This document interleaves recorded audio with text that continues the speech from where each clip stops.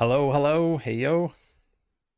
He's torn between doing marketing stuff on stream and doing easy tasks. Oh, hey Blob, hey Atomic. Okay, so I dropped the ball. Yesterday, I was like, okay, let me look into influencers and press. And I just got so frustrated. One of the things that's kind of problematic, I've talked about this on stream before, but a lot of influencers won't just have like Adam at skeleseller.com. It'll be like Adam at some PR agency.com. And I've reached out to a few of these people, and in general, my suspicion is they look for how many dollar signs are in the email, and then they respond based on that. Because for their clients, they're just like, okay, what are the most lucrative deals? And it's not necessarily like what game is a good fit, which I don't blame them for. None of this is to say that there's something problematic with this system. I didn't realize this chair was in the shot. I can't move this anymore, so it's just gonna be in the shot.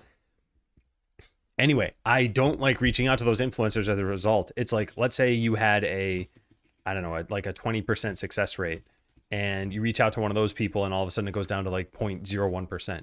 It's like, what? You're not going to reach out to, hundreds or thousands of those people to make up for the success rate of this.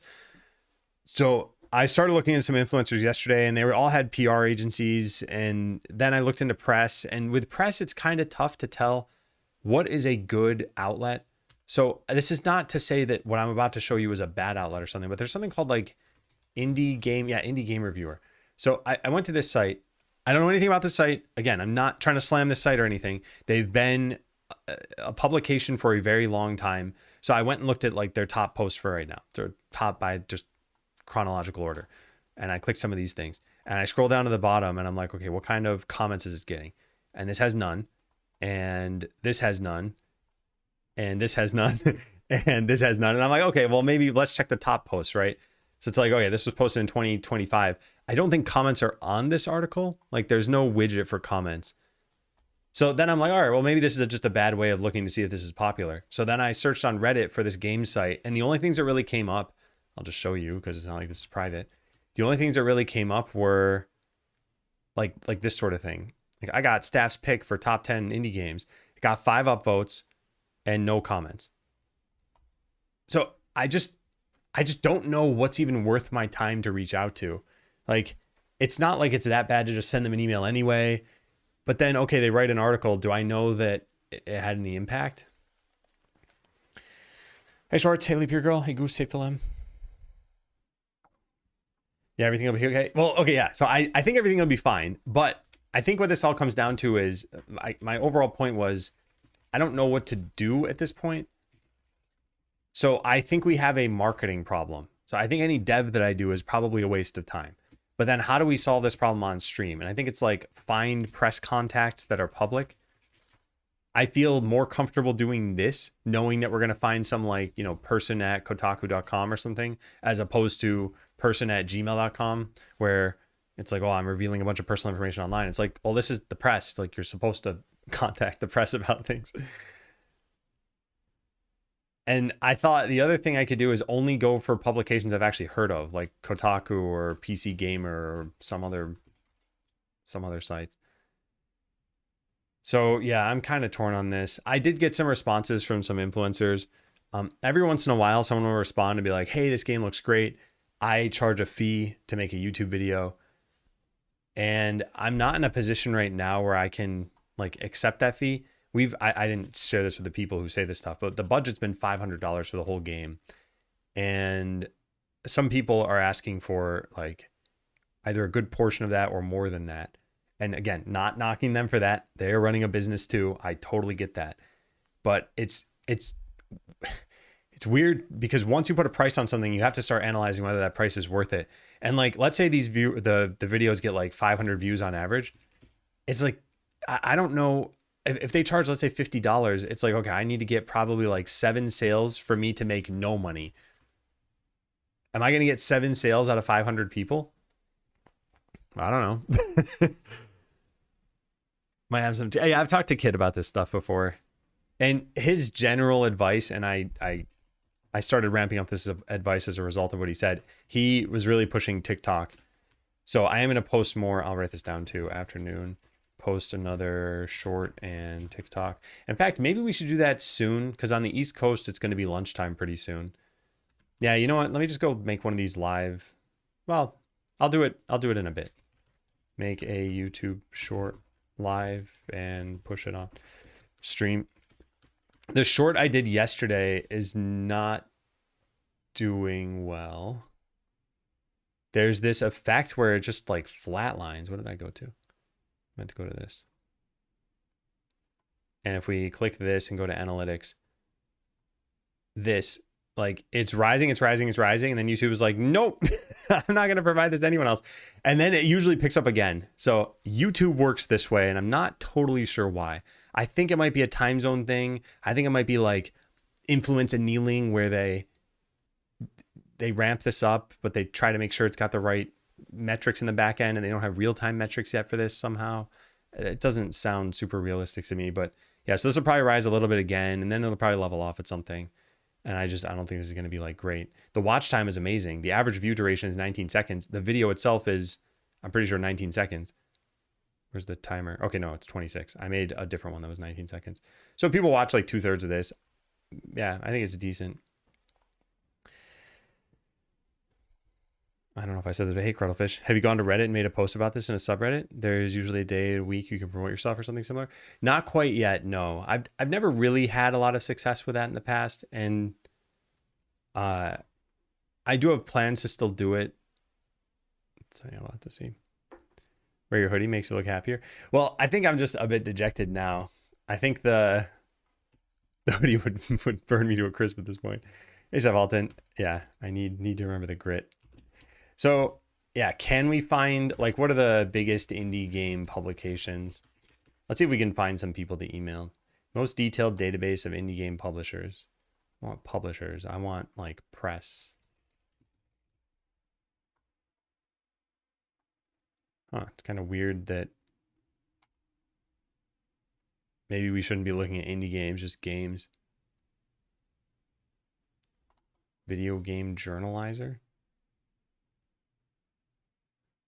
Oh, I've seen this person's site, and everything says it's like things are still coming soon. Okay, they have a spreadsheet. And this is just indie game stuff. And then they have a contact section here. All of the contact pages are, for one, they're HTTP. That's a little surprising. But two, they're not email addresses, which is fine. I'm assuming if I went to any one of these, it would say something like, okay, can you fill in? Let me just make sure before I go to this. Okay, I'm going to close that. That redirected like 4 times. So we're going to assume that that's bad. Oh, this person I already saw. I don't think they would cover the game. Buy some indie games. Okay, let's go to this one. No, the site can't be reached. Okay, this is probably just out of date at this point. Hey, Kevin. Well, so we could reach out to ones like, I don't know, how about we look for Moonlighter 2 and just see what kind of news sites cover this? Game Rant, Jamatsu, RPG site. Yeah, so like this is probably a decent way to find some of this stuff. IGN.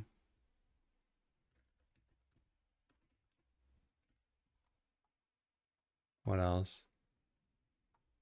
RPG site.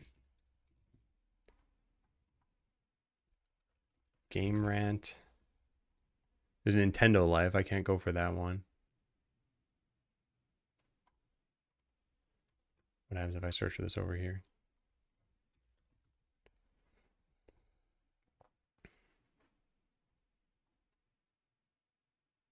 Nintendo Joe. Digital Sun Games. Is this the publisher? Yeah, presumably. Yeah. Steam Deck HQ.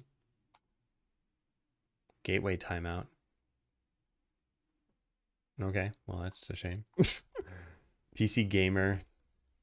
I actually did already reach out to someone at PC Gamer. And actually, there was an article. This is the only way I've ever gotten coverage on Skeleseller is when there's a compilation article. And in every compilation Skeleseller has been in, it has never gotten any attention. So like the way this worked is they just listed all the cozy games coming out in March, which in my opinion does not really do a lot for readers. But yeah, so Skelecellar's on this list right there. And then they highlighted a bunch that each person liked. And then nobody commented on this at all. This is why I'm dejected. Hey, Chris. It's going okay. I think I've had better days. I don't know how good the marketing is. Some games do incredibly well with little to no marketing. Others are hyped up so much no one wants to play it. I hope people like it. Okay, so yesterday in the Skelecellar Discord, and I'll share this video. This person came into chat, Many Voices, and they linked their video here. And this is, I like their video. I think they did a good job. I also really liked that their audio was well mixed, and I watched the whole thing and I liked it. But they said something pretty early on like, oh, I never usually play these kinds of games. So many people have said that, and I don't know how do you reach people who don't know they're going to like something? It's like I have an anti-horror movie stance because I get scared too easily and whatever. I don't enjoy them, right? But what if there's a horror movie I would actually love and that it would change my life or something? I'm not going to seek it out because I don't trust that it would be that case ahead of time. So I think it's kind of the same thing here. People would look at this and be like, oh, this looks like, that kind of game or something. And whatever bubbles up into their head, they just walk away with that impression. So it's a matter of like getting this into people's hands somehow. And we already have a demo, so there's only so much we can do on that front. Oh, hey, I got another review. Let's read the other review. Maybe that'll make me feel better. How do we find it?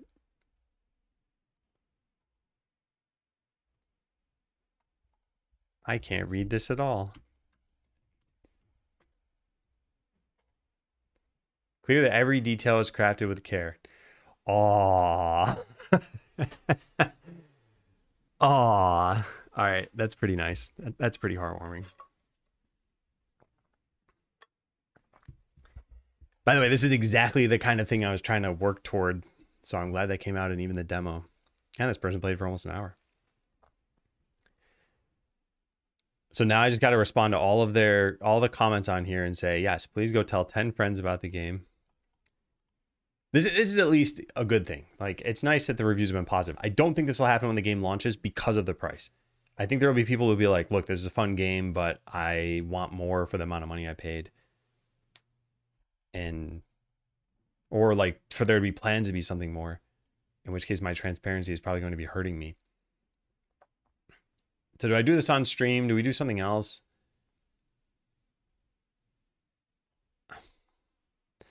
I don't know. I don't want to keep like running from this problem, but we also don't have much other stuff. We have some things we could do. Hey, Wendy, I'm sorry. I didn't mean to.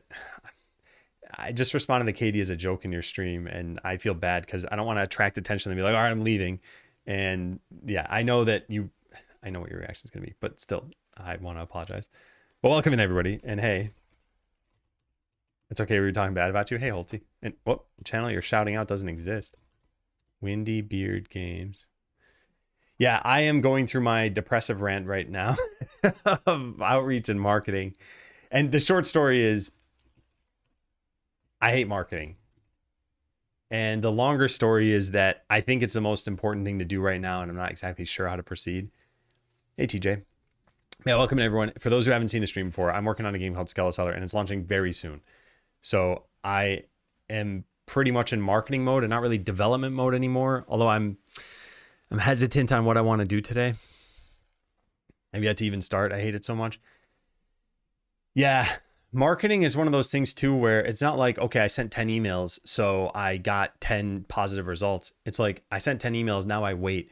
It feels like a couple of other things. It feels like interviewing, and it feels like online dating to some extent.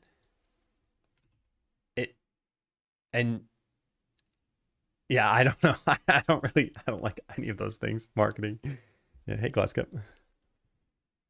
I like what your reviews and the games are almost always interesting. I'd send them a key if you didn't. Yeah, see, this is the kind of thing I'm totally happy to send people this. Let me write this down. I wonder if I should just start typing emails on stream. Also, man, I look at the aesthetics of some games and I'm like, I really want to make a game in that aesthetic. Like, this is about 3 different games, but this one in the middle looks pretty interesting. This is what they call sometimes a 1-bit art style, I think, because it's only black or white. And it's, yeah, it's pretty nice. And then this one looked pretty cool too. This is, I guess, a first person, at least a puncher. I don't know if that's a gun. I don't know what that is. But yeah, it looks pretty neat. Yeah, a lot of good games out there. That's another thing. I think we just need to eradicate all good games. Then there will only be Skeleseller left, which implies it's not a good game. I'll write this down here. All right, how about this? Let's post that short on YouTube. That's a cheapo way that I can feel good about doing some marketing. Where is it? Shorts. Yeah, here, this one. All right, we'll publish this. And I'll share the link in chat. This was a ton of work. Hey again, Serena. I think I pronounced your name Serena, and then I was like, oh, I should check out your stream, and your name is Serena, right? Welcome back, though. Needs more tags. All right, let me change my today command really fast.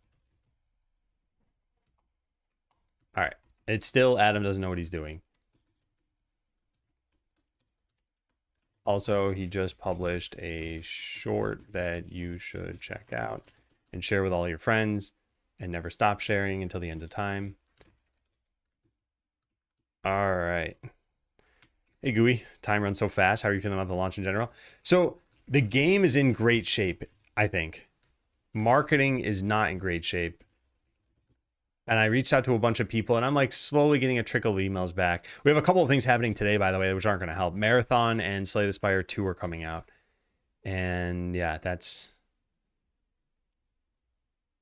probably going to keep people pretty busy. Also, the people who are looking forward to Slay 2, if they're dedicated influencers for it, are probably just going to be on the game now for the next like few months so they can ride the wave as much as possible.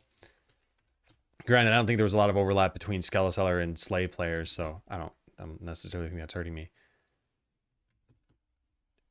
Also, I am really dying to see what people do with the sheet music here. I composed a track a long time ago. This, I guess it's more interesting to see the video for it, which I'm not going to be playing right now. But I think in this video, I have a link to someone else. Yeah. So this was a viewer of the stream, and they recorded themselves playing this. I love this. I love this sort of thing. So I really, really hope people do this with Skeleseller. And now they have the tools to do it, at least. I suggest pinning a message in this chat which says something like try demo link here. Skeleseller launches March 17th. I don't think that's a bad idea, but I think the audience here probably mostly knows Skeleseller. Like if I were on the Twitch front page, I think that'd be a great idea to do. And I applied again for April. But yeah, I think the audience here is more interested in the development process. And it would probably get me like another couple of plays or something. I'll write that down for closer to launch though, because I think it's a good idea. So things to start doing each stream. Actually, maybe we should start doing this. Yeah, look for this to raid and pin a message with the Steam page. Yeah. If you end up needing another person showing off the game at launch, I'm interested. Yeah, sure. Yeah, I'm definitely interested. Either send me a DM or a Twitch whisper or whatever's most convenient for you. Saying this about new people clicking. Yeah. So one of the reasons I'm responding the way I am, and like I said, I'm not like shooting down the idea. I think it's good and I want to do it. I just want to do it closer. Well, it was this one. I want to do it closer to launch. Is that every once in a while I'll go to /r/gamedev, and so many posts there are thinly veiled marketing posts. And a lot of those people are like, you're marketing to devs. Like, we're not your audience here. And I think it's kind of similar, at least with Twitch. A lot of the people here are at least interested in some development, or yeah, some people probably tune in because they see a thumbnail of a game and they're like, oh, what's that? All right, so this is done. Post another short on TikTok. Excuse me. There we go. Hey, Mateo, welcome in. Howdy. So yeah, this is still the question of the hour, which is, what am I doing on stream today other than ranting about stuff? Hey, Sofa Meyer. And I kind of wanted to look through some of the GitHub issues too. I don't think there's anything that's like super important. Well, some of these things are important, but they're not things that need to be done right now. Like what's in here, finalize itch page. Still using Git. Wait, did I not fix that? No, that's not true anymore. I did fix this. But I did so using APNGs, which I need to change to probably just GIFs at this point. Because if you look, there's some like weird thing happening with the life bars where it turns white. So I'll update this and say I'm using APNGs instead of GIFs to work around a bug. I should probably change them to GIFs. Maybe it doesn't even matter. Torn on this. Yeah, I don't know if it's super important. Take care, Wendy. Thank you. I appreciate it. Thanks for the raid. I hope you have a good one. It's nice to see you streaming more. Hey, ABC. Dawn of the 12th day. You know it. The moon is getting closer to the earth. What kind of game am I releasing? It's a town management, like laid back casual game called Skeleseller. I'll just let the trailer play here in the background. But yeah, it's launching in 12 days. We are, well, I shouldn't say we are. I am panicking. I'm still getting sleep at least. So Mr. D-Boy on Twitch is launching his game in like 1.5 hours, I think. Or maybe like 1 hour. I don't know. Very soon. And I asked him, hey, how much sleep did you get last night? And he said 2 hours. Like, that's bad. That's really bad.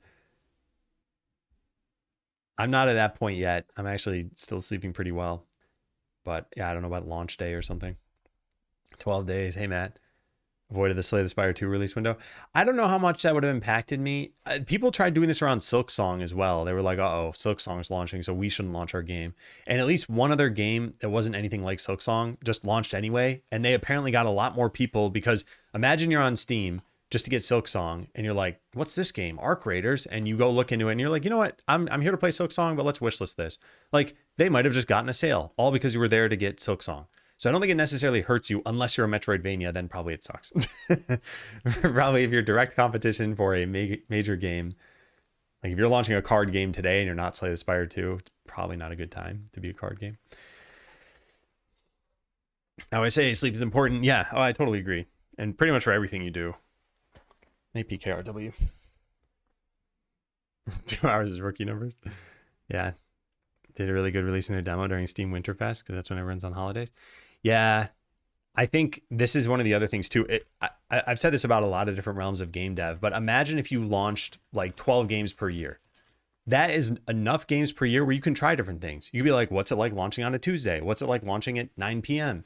When you're launching one game every 2 to 5 years, you cannot test these things because the market will have changed enough in 2 to 5 years where maybe launching on a Tuesday happened to be good in 2020 because of just what games are coming out around then.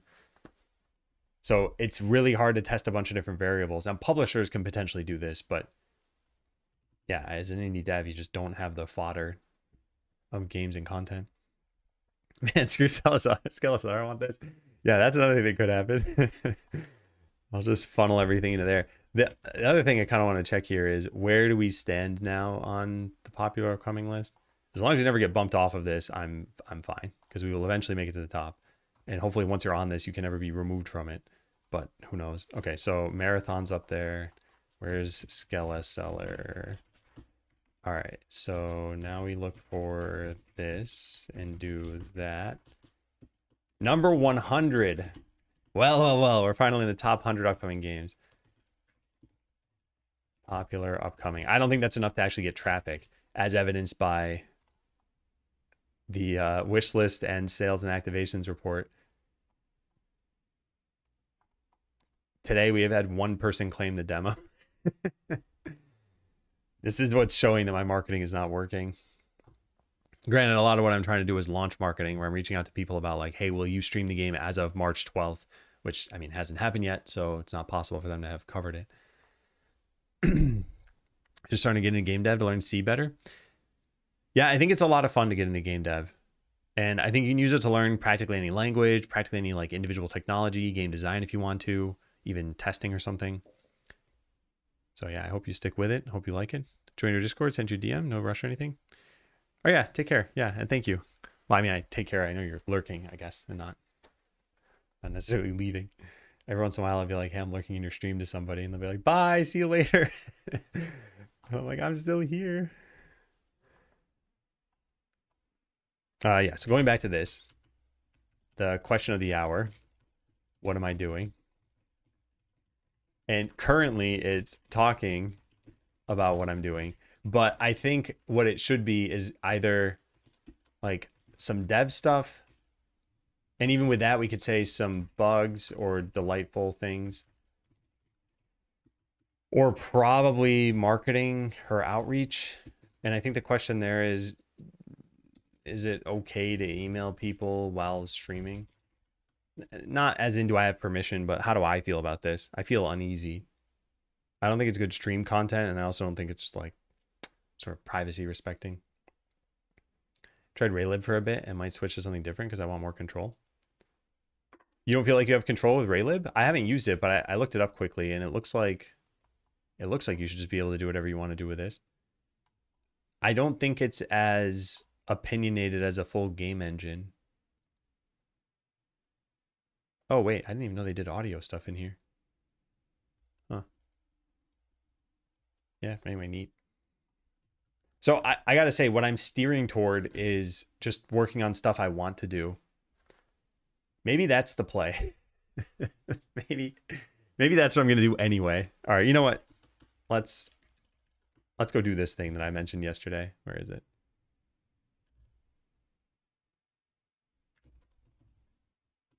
Yeah, here it is. I want to do this because I think it's fun.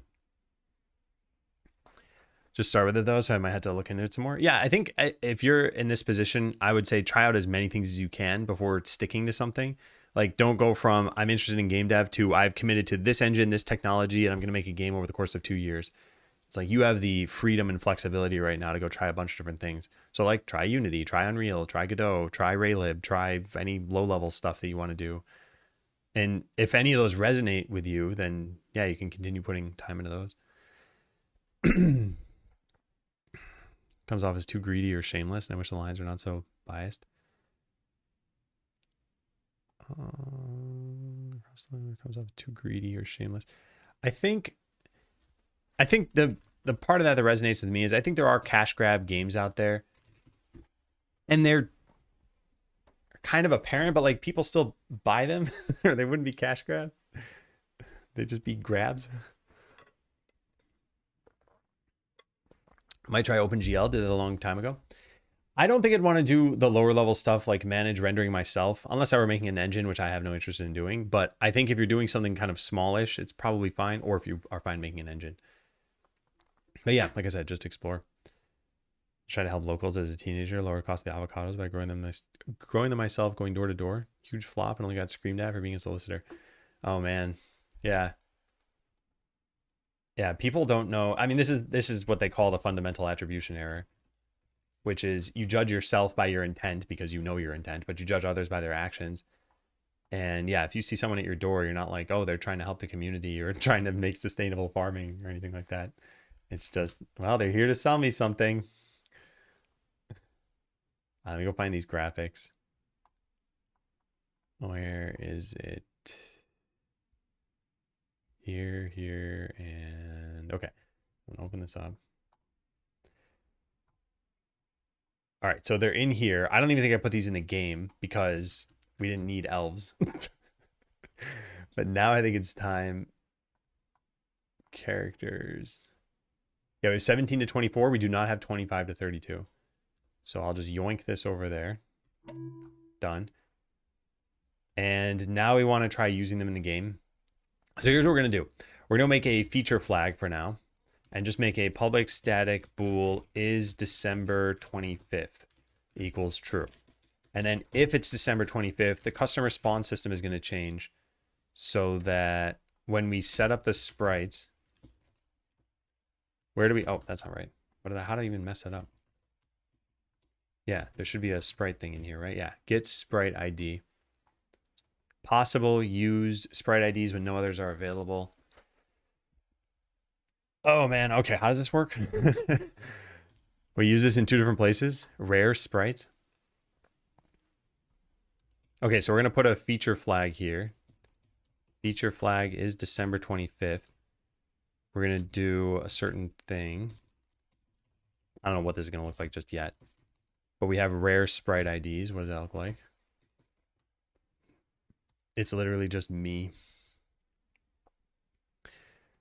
Adam used GDScript for prototyping this game and got a feel of how the audience likes it, then switched to C#. Yeah, and GDScript in that case was also to see how GDScript was, because it had been 3 years since I had used it. And I want to see how much did it evolve in 3 years. And I felt like I'm still not totally happy or confident with this, so I used C#. I'm happy I ended up doing that. I think we have some issues as a result of that, but hopefully for the next game it's not so bad. Definitely struggle with that. I have the best intentions. Yeah. If only there were some way of knowing this person is telling the truth and this person is lying. But such is humanity. We shall never know that. And there will always be scams and there will always be good people who go overlooked.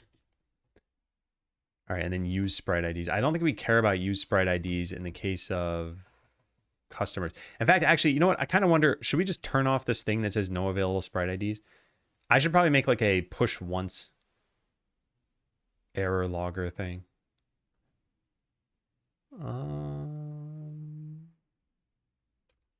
Yeah, I think I want to do that. Private bool has printed reuse sprite ID warning. Yeah. And then gd.push error. So if not has printed, then do this and print it. Cool. Okay. Can see if I enjoy my. Oh yeah, definitely. I would say your like very first foray into game dev should not hopefully be a I'm gonna try to release this thing. It should just be a do I like game dev. It's not to say you can't go on from do I like game dev to I'm going to release this thing. In fact, a lot of people who do game jams find out, oh yeah, there's some demand for the game that I'm making. I like doing it. Yes, I want to pursue this. Okay, so on December 25th, the rare sprite IDs, there's a hash set. I guess let's just do it the same way I did the other one, right? So how do we figure this out? Where does this come from? These are all in the same sprite sheet? Is that what's going on? That seems unlikely. It is unlikely. It's impossible. So how do we use this? We just get a random element from here, and then something needs to tell us, I see. I'm in my own sprite sheet.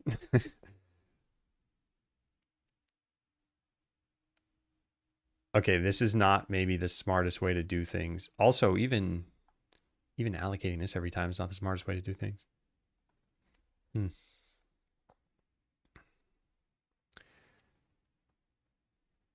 Start to grant mod privileges and one day unleash your true fury. Social engineering is finest. Yeah, but thankfully I haven't given anyone Discord admin recently. So that's not a problem for me.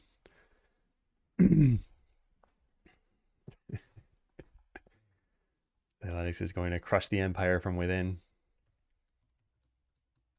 Okay. So, wow. So let's do December 25th rare sprite IDs. Santa. Oh, wait, we have 2 Santa Clauses, don't we? But it's me as Santa, which means I should redraw the pupils. You know what? I'm actually going to do that because I like attention to detail. I'm going to do this in GIMP because I think I at least know how to do it there. I guess there's 1 pixel. I was gonna say I could select all the blue color, but I'm over engineering this. But either way, still I know how to use it better than I know how to use the other thing, and I hardly know how to use this. So that's saying a lot. Pencil. Here we go. Now where do you find there? Perfect. Size 1 and color. I have to match the exact brown of my eyes.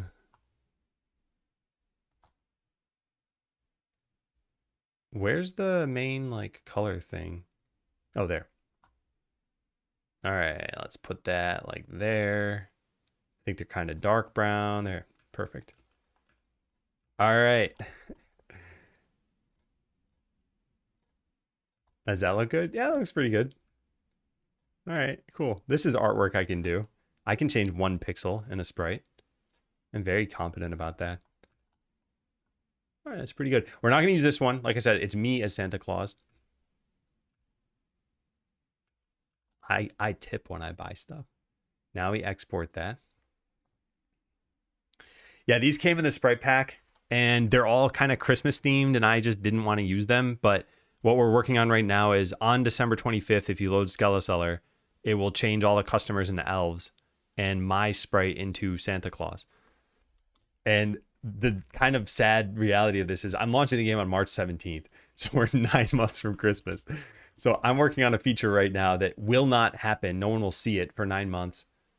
And then when they finally see it, the game has to be successful enough for them to still be playing.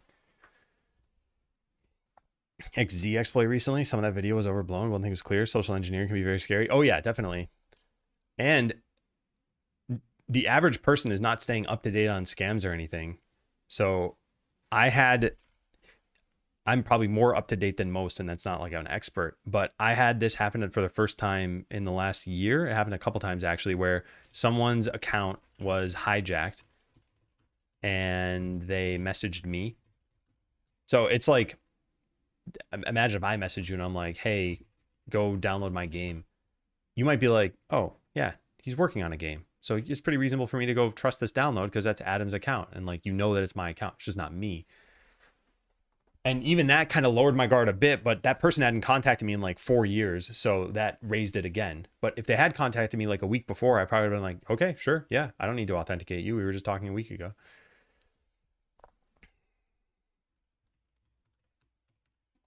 Okay, so we got to name all the elves. We're just going to do it by description. We're going to boil them down to their looks. Are you ready for this? Green elf. Blue elf. There's such creative names. Yellow elf. Red elf. Purple and pink. And then Santa.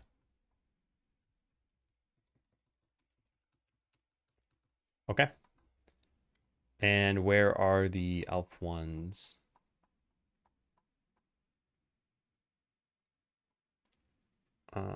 This needs to be December 25th. Possible spread equals get all and then remove the rare ones. So we need to figure out all the Christmas ones. All right, so this is actually kind of stupid, right? Well, maybe it's not stupid. Maybe I should just change how I'm writing this code. And even this is not the smartest way to write this stuff. Okay, so let's do this again. Regular sprite IDs. Thankfully, we have multiple cursors. We just need to figure out if we got rid of the green hair person. Did we? Green, we did. Particular sprite has a custom portrait, so we don't let them show up in town as a customer. All right, so we just get her a green hair cloak. But otherwise, they actually technically should be in here.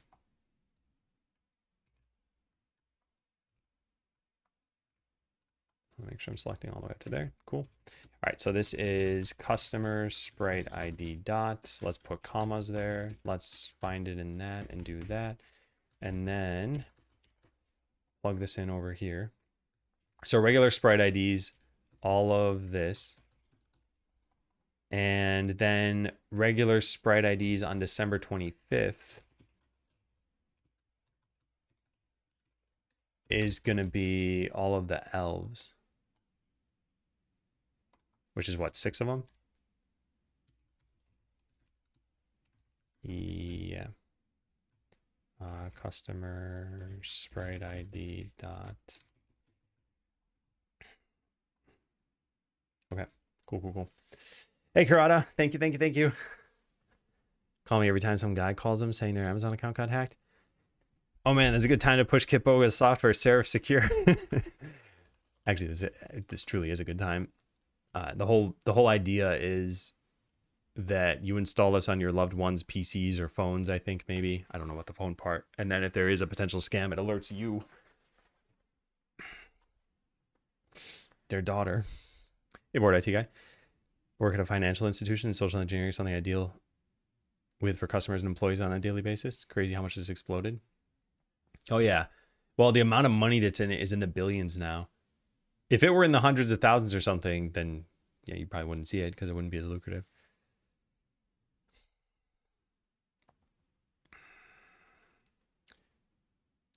Yeah. Spent 2 years gaining trust, amplified by creating fake account. Man. So you're basically pulling back the curtain, right? You're saying that I am that person and you're just making jokes about it because you know that that would work for my personality. So I truly shouldn't trust you. We don't need age verification. We need a Xyletics verification. Hey, Mysterious. By the way, Mysterious, I tuned in briefly to your stream. You were playing some game where you throw like a ball or a slime or something. Anyway, the game looked kind of interesting, but I was super busy. I'm trying to wrangle in what I'm doing so I can actually like enjoy life. 12 days. Then we get back to enjoyment. Okay, so this is not what we're going to do here. We're going to check feature flags.is. This is actually making the code more performant by only doing this allocation once. So December 25th regular sprite IDs, otherwise those. Possible sprite IDs except the rare ones. We don't need to do that anymore. And then this stuff's all fine. All right, so sprite sheet names also go change now. We should probably test this out.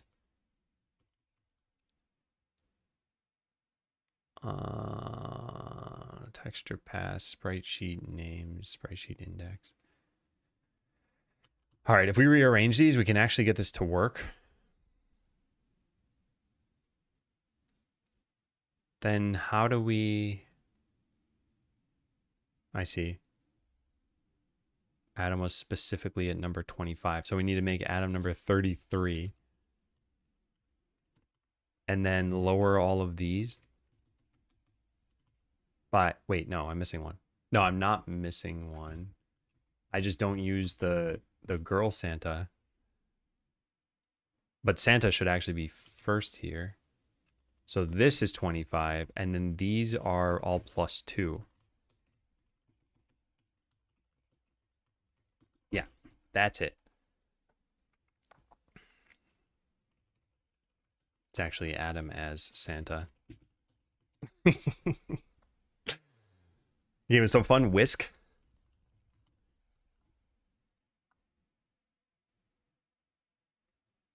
Yeah. I couldn't tell it was in the ball. Neat aesthetic. Hey, Lava Cake. Buying everything and gifting them back to you. That'd actually be pretty funny. Like they buy something and then put another item there. I don't want to change the progression with this stuff, though. That'd be risky. Okay, I think we're good here. I think this might just work.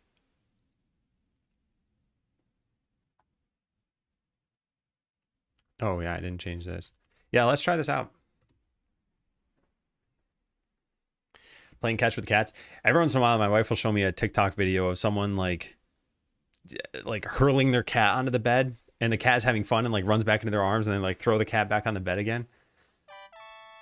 I like the camaraderie, but I don't know what it takes to throw your cat the first time. Hey, Andre, happy 4 years. Thank you. Excited for the 1st of April.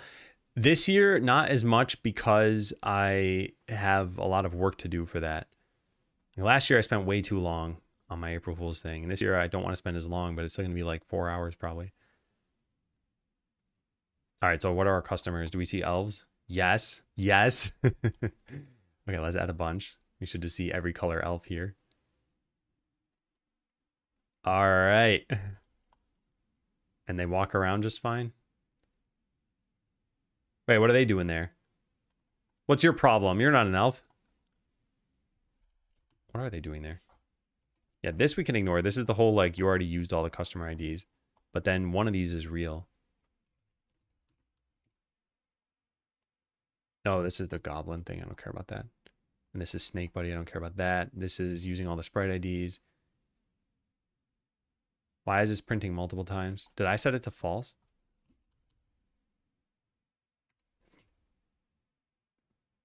That's weird. Oh, this needs to be static. Static bool. There. Okay, well, then we can just ignore the rest of that. So now we need the rare customer spawn system to spawn me in. So we're going to set the spawn chance to 1000%. And that should be that, right? And then set the time check down to something really low. Yeah, time check will be 1. I just want to make sure I can make it in the town.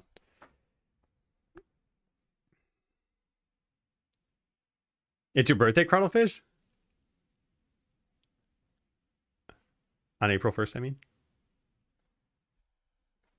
Excited to make your own post. Well, mine won't be for Skeleseller. For those who haven't seen this, I do quite a lot for April Fools, and it's never worthwhile to watch. But I've spent a lot of time over the years. And I think one of my favorites is probably 2019 or 2020. I think those are pretty good. 2020, okay, so if you're going to watch any of these videos, the 2020 backstory is kind of interesting, which is the person who kicked off the April Fool's joke was not in on the joke. Their message was just so close to what I had told a plant in chat to say that I got to kick it off from that. That person was probably flabbergasted at what had happened. Because like I said, they were not in on it. All right, there's Santa, and they should tip. So let's put an item down, because that's me. Wait, their pupils aren't brown. They're not brown because I forgot to reload Godot. Yeah, nice, they tip. Okay, so that's working. If I click this, they should have brown pupils now. That makes a lot of sense. All right, let's write this down. Wait, what happened here? Oh, there we go. That's not your birthday. That's an enumeration. Well, I did figure out what I'm doing. And it's pointless dev tasks, which no one will care about. All right, there's Adam. Do I have brown pupils now? I can't see because I'm moving too fast, but I think so. Yes, I do. And now the way we test that this is actually working is we go set the feature flag to false. And now, by the way, we're only going to do this at launch. So if you start playing on December 24th, actually, you know what? Maybe it should be both December 24th or the 25th. That way there's 2 chances for people to see this. Yeah, I like that idea. All right, so now we should see regular customers show up. Yep. Cool. And I want to just see all of them show up. So let's just... Oh, did they already leave? I don't think I've ever seen that. All right, yeah, pretty good. Do we see the green hair cloak person? Are they in there somewhere? They might be, but they're all stacked on top of each other and it's too hard to see. I think they're there. Yeah. Come on, move. Move it.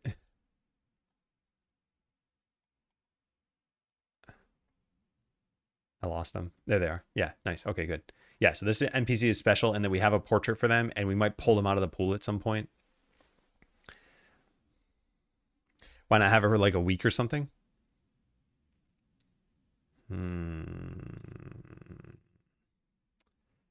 So I think that's probably a good idea, but what would we make the week start at? Like the 20th? I don't want to do it. I don't want to figure it out per year. I just want to pick a set day in December. Maybe we center it around Christmas Day. So like 22nd to the 28th. Yeah, that's pretty reasonable. 22nd to the 28th. All right, is holiday season. Okay, so the way we figure this out, C# determine day of month. It's probably just make a new date time thing and call it get days or something, right? Datetime.now. Datetime.day. This is a number between 1 and 31. Yeah, easy peasy. Okay, I want to set this once. So new datetime, or no, datetime.now. Is that not correct? No, it's datetime.now, yeah. I just need to import this. All right, so datetime.now.day is greater than or equal to 22. and it is less than or equal to 28, and the month is 12. And now what's the issue? Oh, whoops, I never put ands.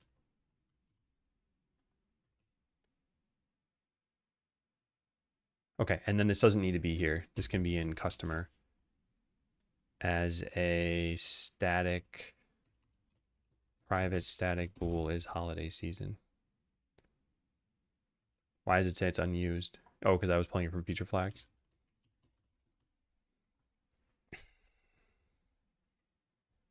Adam's here, Santa costume. Well, it being me, even in the town in the first place, I don't want to reveal to people. I think it's kind of cool. Oh, I should have glasses though, shouldn't I?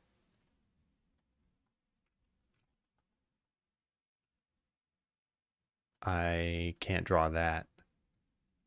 But I think that's going way above and beyond for this. I think we can just, yeah, I think we can just say, in fact, I guess my eye color technically changes. So maybe I should have color picked this and put it over here. Or maybe we said the glasses are tinting him. Yeah, that's what we say. That's the lore behind this. Oh, man. Oh, yeah. Yeah, please, everybody, do check out that short.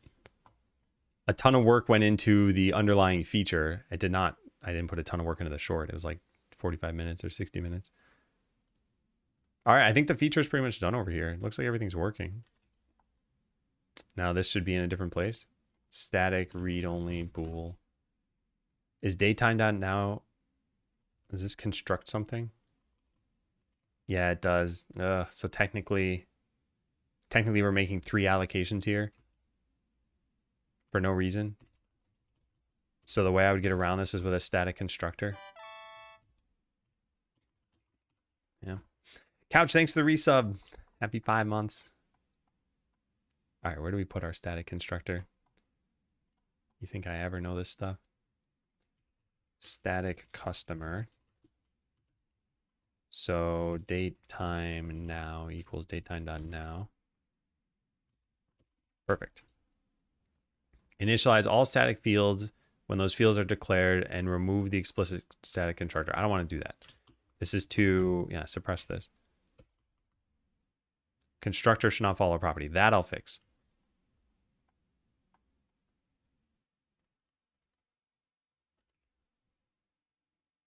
Now what? Initialize them inline and remove this. Note, we don't do this inline since datetime.now allocates and we don't want 3 allocations. Can you inline declare a new date time and then use it? Could I like date time? No, I'm not even gonna try to do this. I don't really care. Perhaps already answered. What are your goals for the game after Hypercare? Any big features or plans? Say something like procedurally generated character personalities. There are no major plans. There are just some kind of rough plans that I have for if the game does well enough. And they're not super large ideas, like add leaderboards or a daily run or something like that. And part of the reason for this is I'm not launching into early access. This is like the full launch of the game. So it represents all the stuff that I had planned for the game. If I had more plans, I'd probably just have delayed the launch. And I don't know, that's one of the issues. I don't want to paint myself into a corner here. I don't think there's a lot of space to just keep fleshing out story mode. Story mode right now is about 4 to 5 hours, and then that leads into bone mode, which is another like 4 to 5 hours. If, let's say, we bump story mode so that it's so fleshed out, oh man, it's like 50 hours of cool, exciting gameplay, then people wouldn't get to bone mode for a while, or they wouldn't understand what's in it because the systems that are covered in story mode wouldn't have been seen by them yet. So I feel like if we do any new content, there's got to be either like a third mode or some like replayable story mode, which is kind of what bone mode was supposed to be.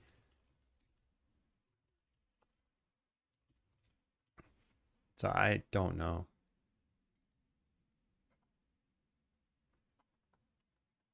Yeah. Field should begin with a lowercase letter, really? What? Really? Huh.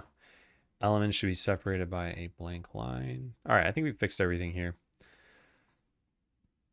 So that's it. So if we just run this now, we'll see all regular customers. I wonder how you trick datetime.now. I guess we could just make a new datetime and find out. Yeah. Hope there are no repercussions for this stuff. All right, so if we look over here, we'll see regular customers and Adam appear. Yep. If I make a bunch of other customers. Yep.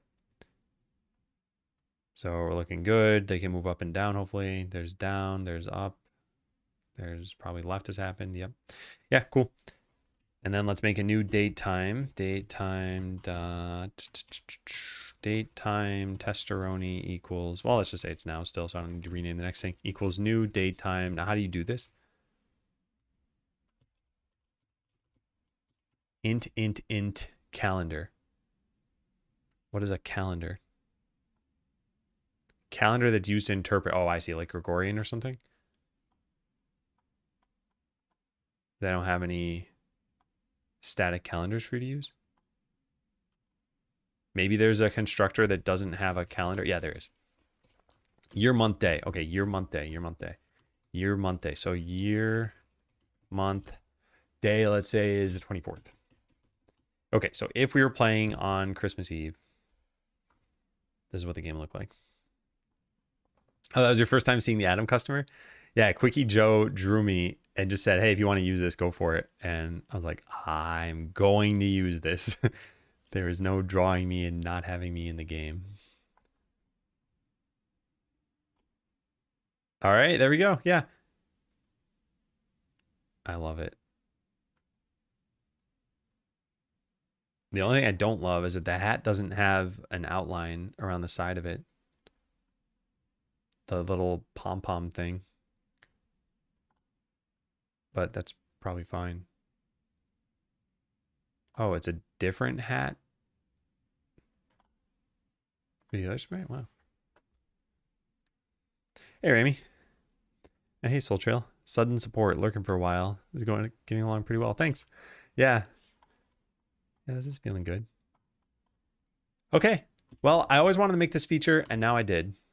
So, elves. Let's search for that. Santa? There it is. Change customer sprites when playing on Christmas. I'm hiding from my marketing tasks. So I decided to do this. Reopen. Assign. And then say fixes that. Oh, whoops. We can't check that in yet. I left the datetime thing in there. The gauze, it's in the patient.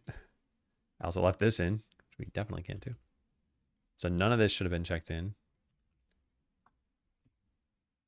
And we actually made this more performant in the process.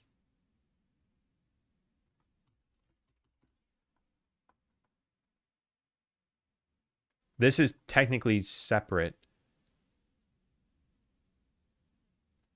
I'll just check it in here. I don't care. Yeah. We never save customer IDs, right? I don't think we even save the Adam customer. Well, how's that possible? How is that possible? Talk to you in another few weeks. All right, thanks. Well, hopefully in 12 days when you say, congratulations, Adam, on the next hit indie game, Skell O Seller. Where's customer save data or entity save data for that matter? There. So what do we do? Do we ignore rare ones? Yeah, if entity type is special. Wait, no, that's not rare. That's not correct.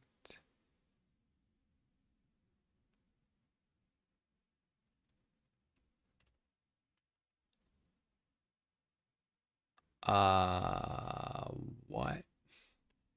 Does this mean we save the Adam customer? Is the Adam customer in town right now? Yeah, there they are. So let's hit save and let's go take a look at the save file. So entity type 3, what is that? Customer. How many customers do we have? 1, 2, 3. Oh, I don't think we load these. I think we pointlessly save them. Yeah. There's some entity factory thing here, right? Do we just ignore customers? Oh no. Okay. Well, we probably shouldn't save them in the save file then. But that answers my question. Add Santa and elves. I'm Santa.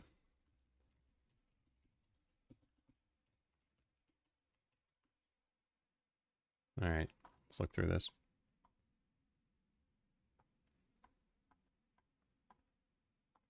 Just thought of a silly April Fool's joke, which I'm not going to do. But it'd be kind of funny if in these environment scenes, all the tiles get compressed like this. So if I was just like, you know what? Yeah, this one's wrong. Let's change this. And I just type out a new number here or something. And then I pull it up in Godot and it's correct. And I just keep doing this. People are like, how does he know? But I'm not going to do that, which is why I said it here. Oh yeah, and then also, this also technically avoids some allocations that used to happen every time we created a customer. It also doesn't print the sprite ID in use message more than once per game. Wait a second.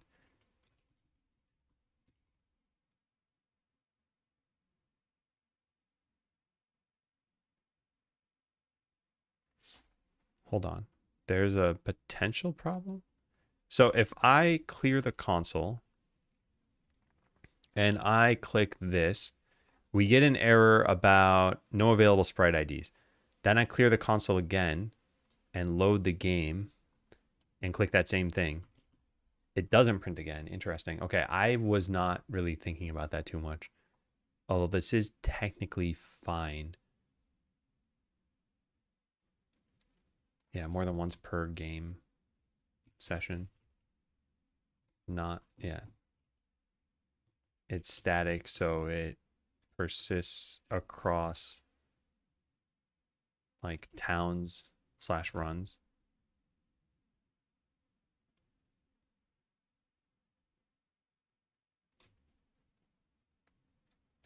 As long as the executable is open. I'll just say that. Yeah. Hey, LT. Hey, C17R. How you doing? Haven't seen you in a little while.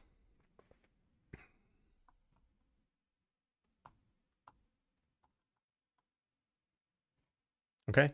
I'll look this over one more quick time. This was pretty quick to add. Yeah, it's not really problematic or anything. All right. The only game I ever played where I know other people would sometimes change the game clock is Animal Crossing. And there was some in-game reason to do this. I don't know, like have your town get new villagers or grow crops or something. I don't know what it was.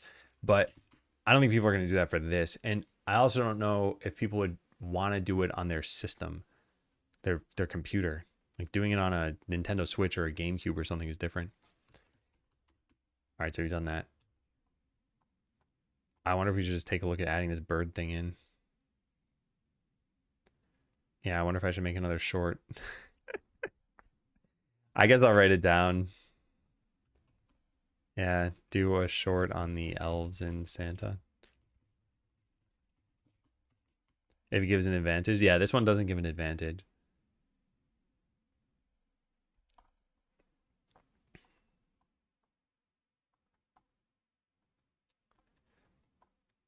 Oh, ad break starts in 10 seconds. Okay, I should take a break. I'll be back in a little bit. Is it jump time? It's jump time.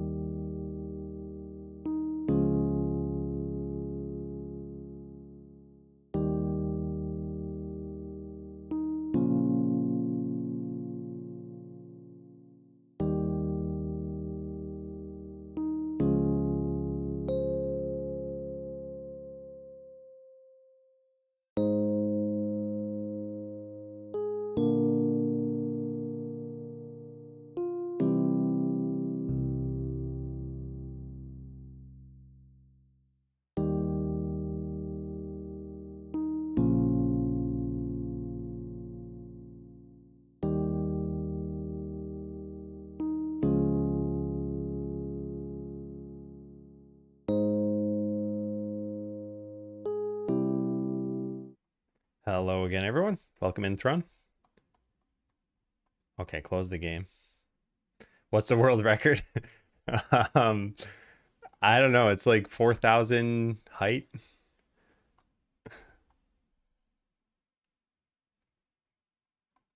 Yeah.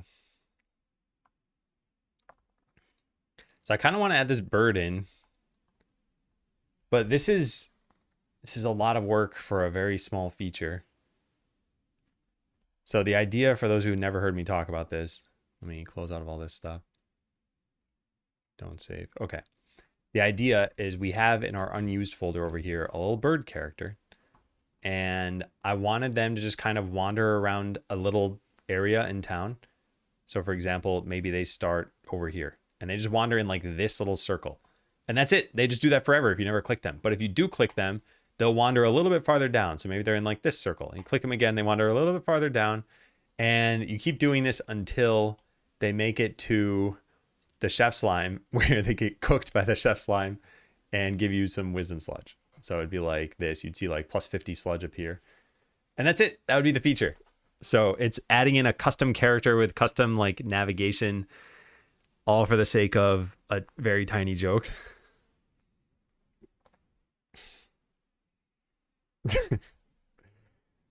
Yeah, I like the idea.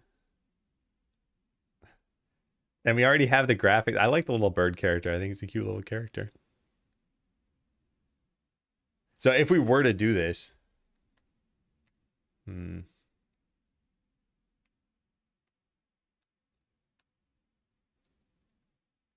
while the bird is in town. Let's see. Yeah, if we were to do this, we need the pathfinding code. We have navigation system. I guess.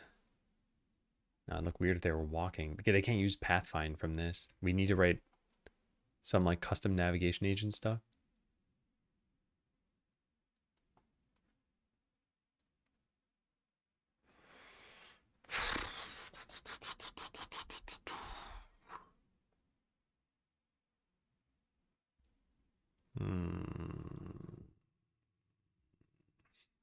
I think, okay, so the idea makes me happy.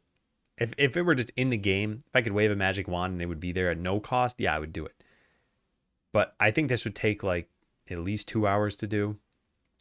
I can envision how all the code would come together. I can't I'm worse with visual stuff, so I can't totally envision how the bird will move and look kind of convincing, but we could probably figure that out. But it truly is just it's one delightful moment in the game. That's it. That's what we'd be getting.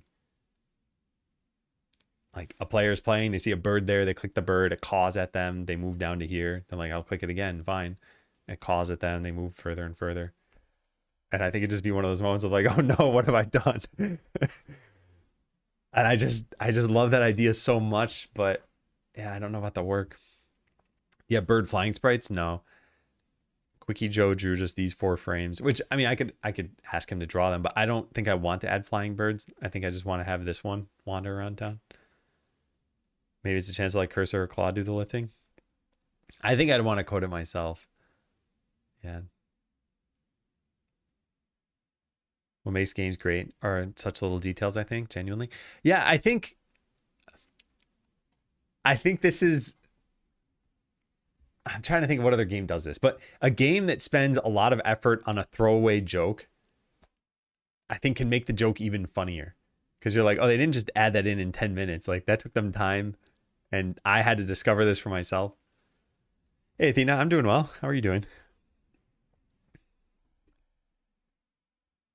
I think we're just going to do it. Yeah. I just, I'm going to spend my time doing this now. And whatever. Because this is when you beat the Phoenixes, is when I think I'm going to make this happen. So you've gotten through 1, 2, 3, 4, 5, 6. Yeah, you got through 6 areas, and then you're on the Phoenix boss. You beat them, and this bird will spawn.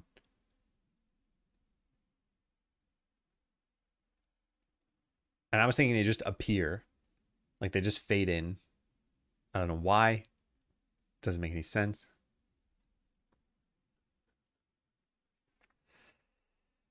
Yeah. 100% stage animated look on stage. Yeah, yeah. I think it's nice. Take care, Leafy Girl. Have a good rest of your day.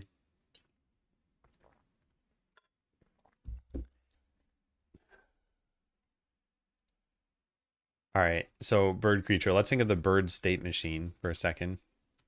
So it's gonna be spawn. It just fades in, and then wander in place. This one's a little bit tougher, I guess. This would it would pathfind within a region. In this state, it's clickable, and we'll go to walk to next region or walk to Chef Slime, depending on which region number it's in. And then there is walk to next region. The bird will pathfind to the next wander in place region. And walk to Chef Slime. Bird will wander close enough to the Chef Slime to get sucked in and converted to sludge. Launch in 12 days? Yeah. Yep. Okay, so this is what we should do at first. Just make the bird, have it pathfind and everything.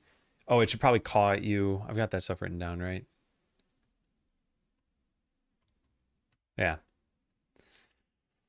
But it is not a walking entity. So it's a custom entity. I guess it has a shadow still. As a sprite, it needs a collision shape. But like I said, it's not a walking entity because walking entity has a bunch of stuff. Nav speed, I guess. What adds the agent in, the navigation agent? Oh, we just added in directly. And then this adds in a navigation agent. Yeah, a Godot thing. You have stream shirts and non-stream shirts. Off topic, totally derailing you. Pretty much, yeah. I wear like more professional stuff when I'm streaming. In fact, it's kind of funny because my wife, I used to wear more casual stuff, and then when I wear shirts like this, she's like, "Oh, you look really nice in them." Now it's flipped. Since I wear this so frequently, when I wear casual shirts, she's like, "Oh, you look really nice in this."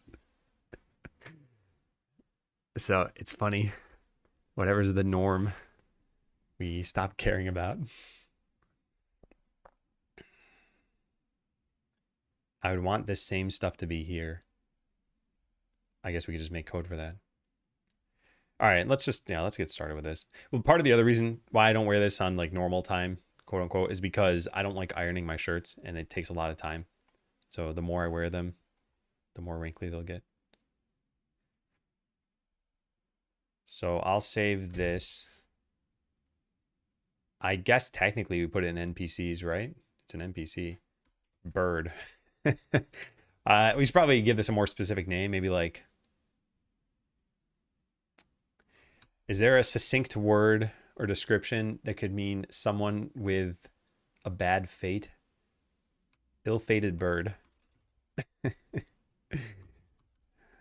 I'll have this. Unlucky bird. That's even better. Yeah.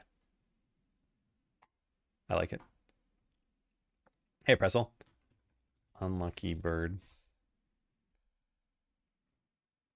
Okay, so now we need a custom script for this. I'll save this somewhere. Where are we going to put this? Actually, I guess let's get the goblin one. That was done more recently. Let's say this as unlucky bird. Cool. And then we gotta fix up a bunch of stuff. This is why I was saying this is not a quick feature. All right, so put it there. Then for the sprite, we're gonna make a brand new one. What does this have on its thing? Texture crop? Okay, that's fine. So new sprite frames. Clear.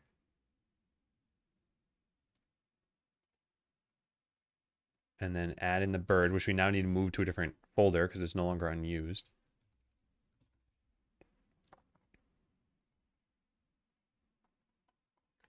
Where is bird? Bird. Move. Put this in characters. Okay, now let's go get it from characters. Bird frames. So glad they added this button in here. So amazing. And then select all. Okay, so here's our little graphic. The little hopping bird. Love it. Well, this is not a name that's surfaced in the game, just to be clear. This is just for naming the scene. By the way, have you seen YouTube chat? No clue when the single message came on there. Just making sure. Oh, I have it set to top chat right now. So it didn't even show for me until I clicked the page. Man, that sucks. I'm sorry about this. Just came to say that you inspired me to make a game about my neighborhood. Watching your streams is great motivation. Oh man, I'm glad to hear that. I don't know if you're still here. I'm sorry. I open this every day and I have to manually change it to live chat. There's no way to just have it do that by default. And if you have it set to top chat, even though there's one chat message, it doesn't show up. So yeah, well, not until I clicked it at least. Yeah, thank you. And thanks for the 55 stream streak. Yeah, it's really nice.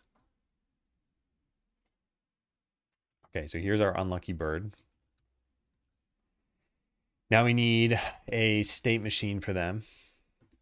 Oh, Shine, thank you too for watching as much as you do. So this means we need a goblin state machine or whatever it is. So I'll save this over here. Unlucky bird states. So spawn still makes sense. We're gonna spawn them. Yeah, I got a lot of work to do for this. Yeah, you're very close. Very, very close. Just 52 streams away. That's one card for each card in the deck. I want to go over to this. And I want them to spawn like here. Let's just hard code that position for right now. So it's like 0, -45. 0, -45. To do fade them in. Oh wait, the fade them in is already done. Yeah, so I guess just to do make this be a well-known node in the town. So this is unlucky bird. We set what? Only single. Why is that happening?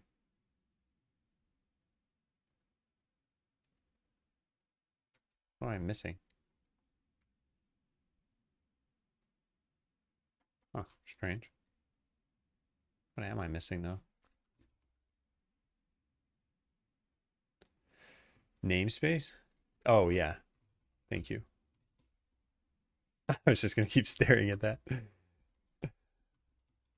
All right, yeah. So now we don't have the other states. And I only wanted these ones. Let's just start them with spawn for right now. So I'll just cut these out. Start them in the spawn state. We have a lot to control for this. And then the state machine should be one that uses an unlucky bird, hiding spots, etc. Yeah, we got to figure all that stuff out. Anything else that we need? Goblin, snake buddy, and unlucky bird. Cannot implicitly convert because it's using the wrong state now. Yeah, there we go.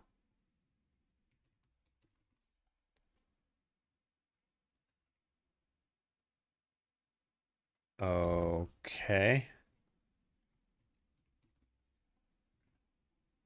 It still thinks it's a goblin state? Oh, because I imported the wrong thing. It's like if we're not paying attention. Okay, so it's animated sprite. We're not going to do anything special for. Generate items we don't need. On click. We need a bird sound here to do play bird sound. All right, I'm kind of intrigued in how this coding is going to go. So we have a navigation agent component. We actually don't want it to be a component because the navigation system is then going to find it, I believe. No, it only checks for target item source and target location. So we can add this in. Interesting. Yeah, thanks for linking that in, Pressel. Yeah, the answer's there, Shine. It's not a super compelling answer.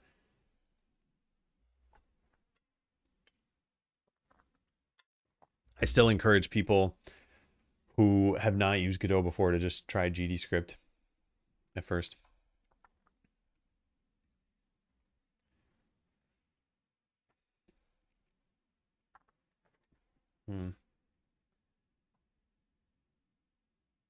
Okay, so let's spawn this thing into town immediately. Started game. So how do I want to do this? Create goblin. Yeah. Unlucky bird. This is the bird. We don't have this in scene paths.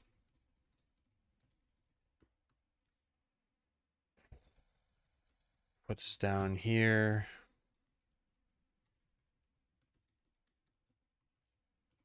Unlucky bird. Is that what I called the scene itself?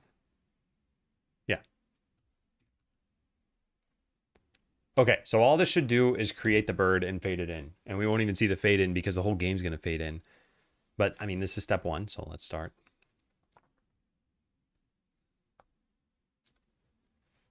Name weight did not exist. Oh, yeah, I forgot to get rid of that. Yeah, so I'm not going to do anything yet. But they should be animated, and they should just be standing around at the top of the path up there.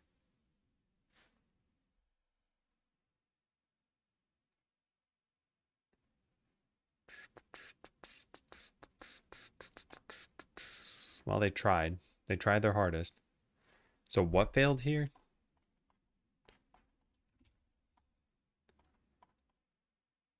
Node not found clickable area. Goblin, clickable area.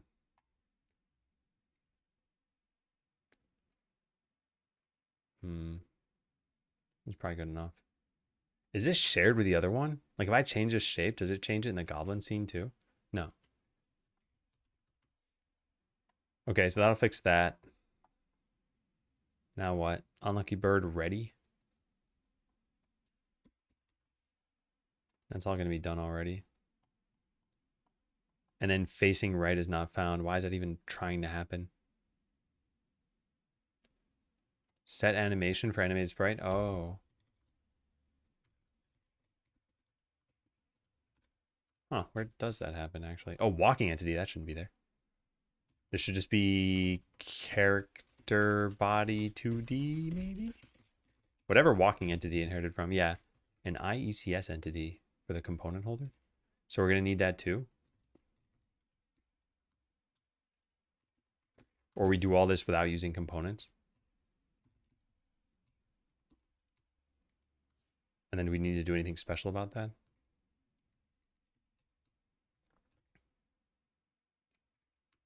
Guess not. No overload for init takes 3 arguments. Yeah, so now that walking entity isn't a thing anymore, we need to do this stuff. And we used to get its sprite and then add it as an animated sprite. But the animated sprite would have tried using a particular facing direction. This still does need to know its facing direction. Yeah, I need to write a bunch of custom code for this. It's kind of a shame. All right, well, what do we have in init here? All of this stuff.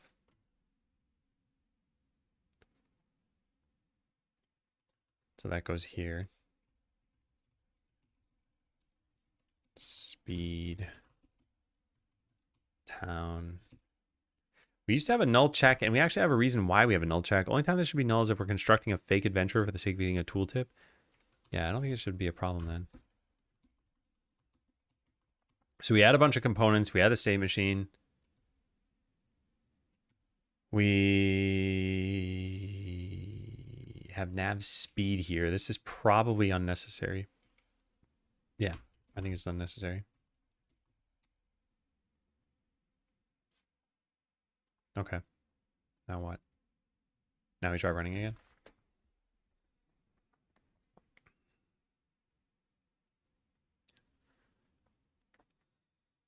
Just ignoring marketing. What a strategy. See if it pays off. Hey, there's our bird. I want to name him Hoppy.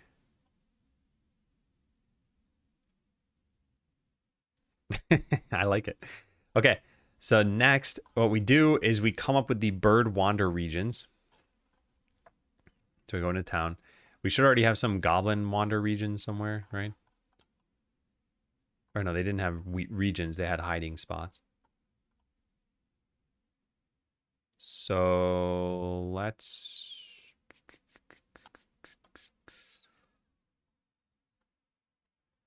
Rectangular collision shape inside of what? An area 2D? Because rectangular region is that.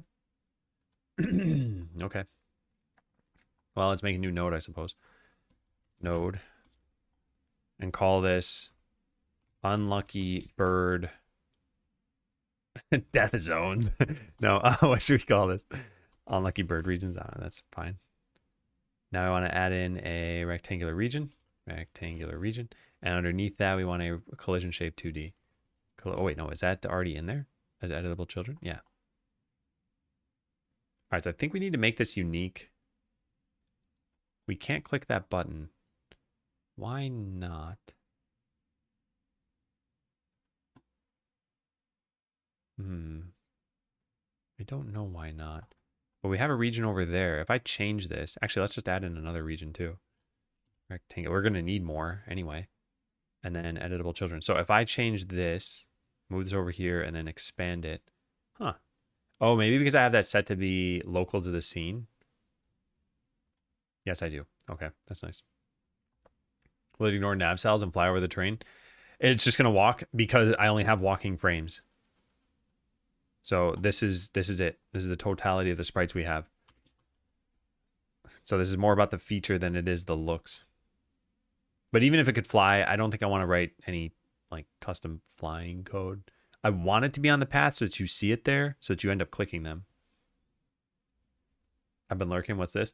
We're making making a really silly little Easter egg in the game. When you beat the Phoenixes, this bird will show up in town, and you click them, and they'll keep getting closer and closer to the chef slime. And when they get there, they'll get cooked. And that's it. Just a fun little, like, you click the bird enough times. I never made the regions, did I? No, I didn't. Okay, so the first region And I want these to be in order. So the first one is going to be moving around over here.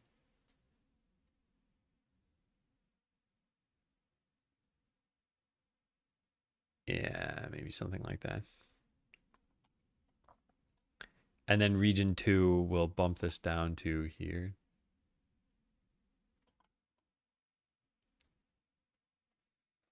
Okay. So now we have the unlucky bird regions. These all have a group on them, goblin hiding spots. So these should probably also have a group on them. And we'll call this like unlucky bird regions. Cool. So just like how the goblin would cache these regions here, the bird should do the same thing. Unlucky bird regions. These are going to be cast to a rectangular region. And they're going to look like this. And it's not hiding spots. It's going to be wander regions. Bird wander regions. Yeah, let's delete the bird from there. It's kind of implied because it's in the bird class. All right, so when they're in this state, they need to switch to a new one, wander in place. So now let's go add in the next state. Wander in place.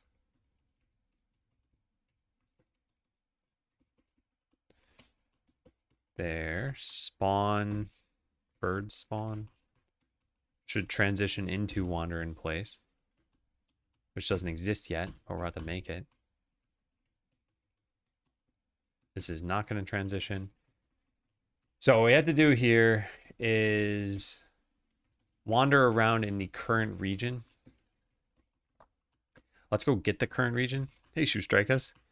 12 days, I know. It'll be a big day. Public rectangular region. Current wander region. And we'll start the current wander region as the first one of these. Actually, we could do this inside the spawn state, right? Yeah. And then inside the wander in place state, we're going to find a destination when you enter this.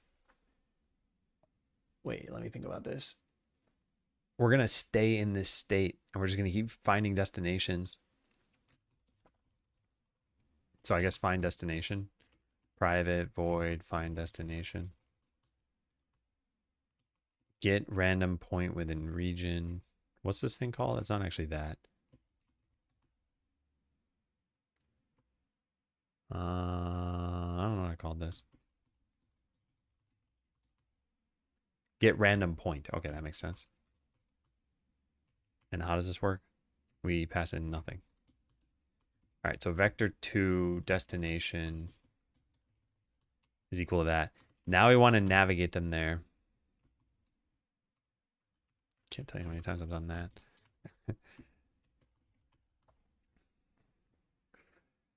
Okay, so navigating them there is something we used to do in the navigation system, but we need some custom code for this. And we need to make sure they flip left and right as they're walking. So it's going to be something like this. But I'd love to simplify this. And I guess we're going to need this in physics process. Override physics. State physics process. Here it is.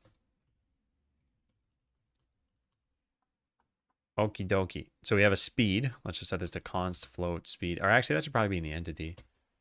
Unlucky bird. What should your speed be? Public. What? Float? I don't even know. That's not what I meant by what, though. Yeah, it's a float. Public float speed equals. Actually, it could just be a const. It's got to be kind of slow. 39. Yeah. Okay, so now in the wander in place state, we pull its speed from that. It's actually just unlucky bird dot speed.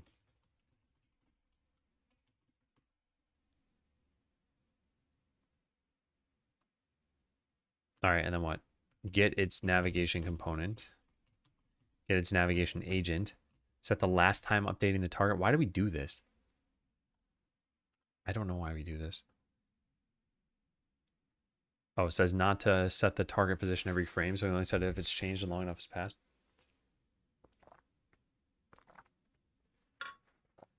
I don't know why we need to do this either.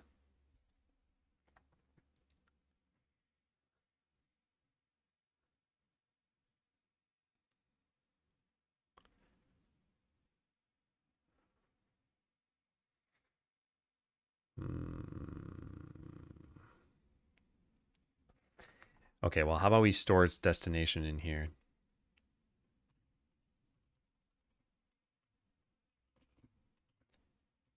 And have this thing fetch it. And then use that from over here.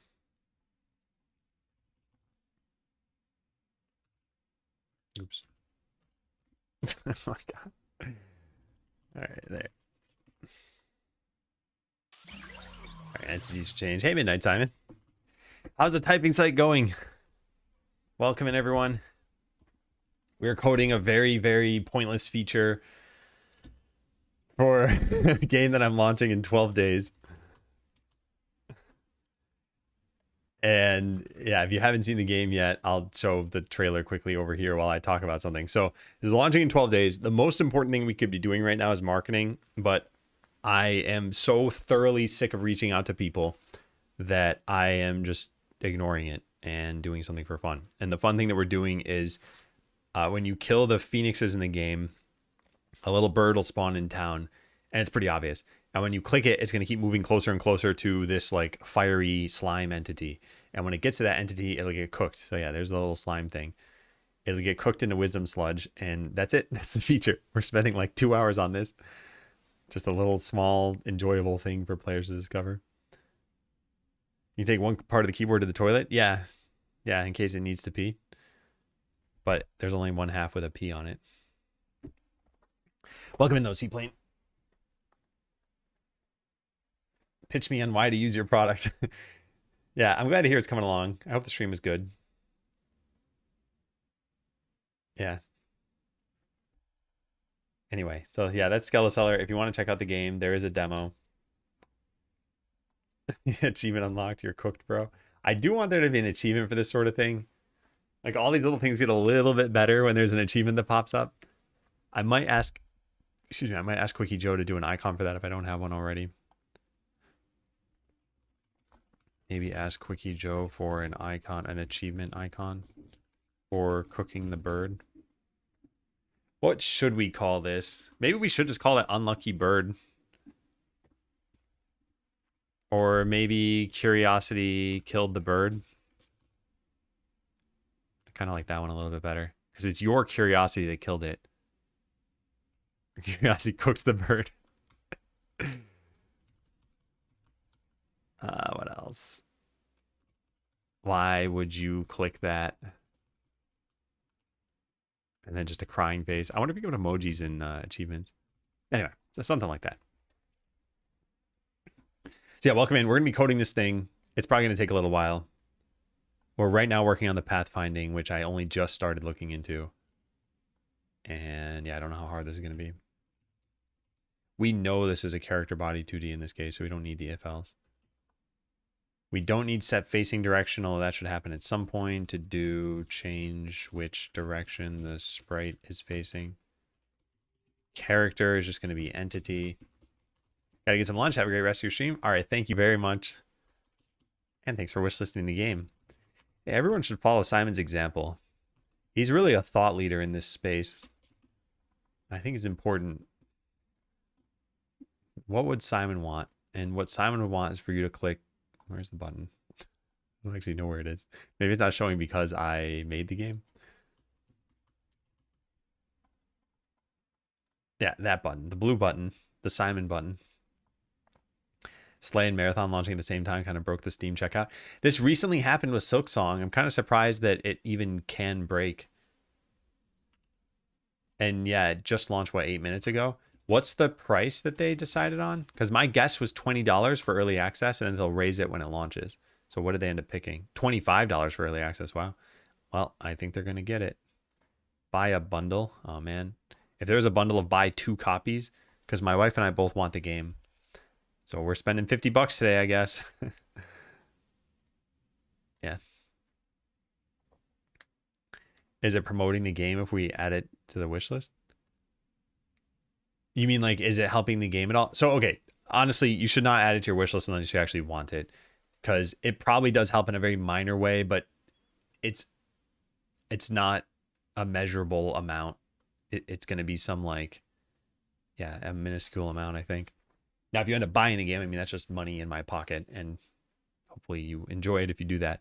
But yeah, just the wish list thing. It's like, yeah, if you want to get it, wish list it. If you don't want to get it, don't wish list it. Inspired 2 chatting. Hey, Flair.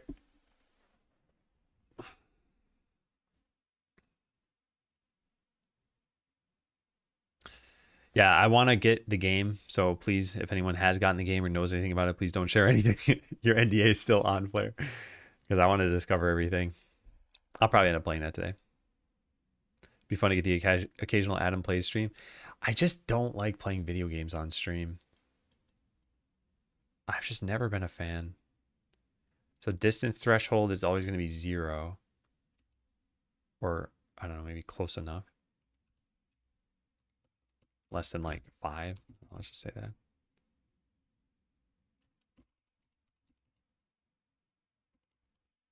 Okay, so what's still red here? Technically nothing, but I doubt this works. I haven't even read this.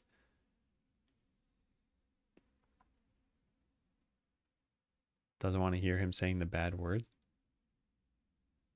Oh, Flair?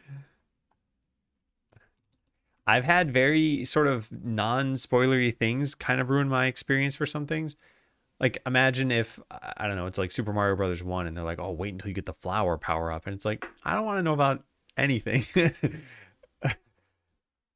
I want to just like play the game, enjoy it, experience it how the devs probably meant for it to be experienced. Oh, joking that I'm a super angry gamer. Gotcha, yeah.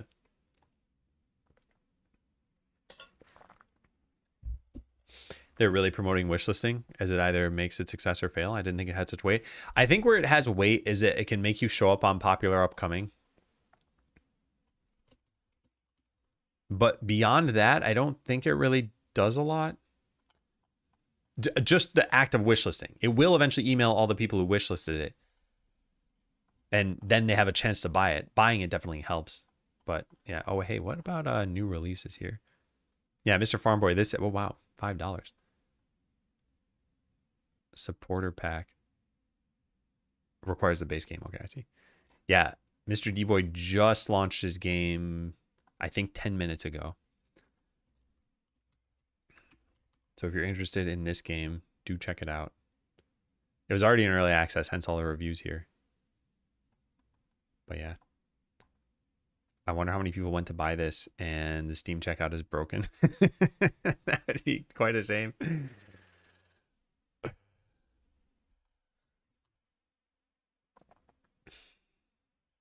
Okay, so let's just try running this and see what happens. The bird will not flip directions, and they don't have an up or a down direction, so it's just side to side anyway. And I don't want them to move smoothly. So yeah, we have a lot to do here.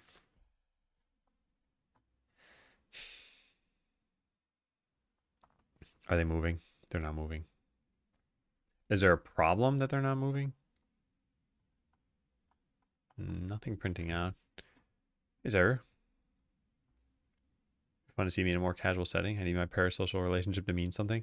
I had a playlist from back in the Botland days. If you want to see what it's like to watch me play games, I'm not entertaining when I'm playing games. I have a playlist here called Not Really Botland. And this is all sorts of different things. I don't recommend watching any of this, just to be clear. But there's Minecraft, Super Mario 64, building a computer, Hearthstone, Pokemon. And you can see that none of these were really like mainstay streams.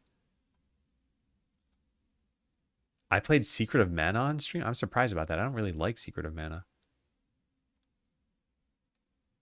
Diablo 2.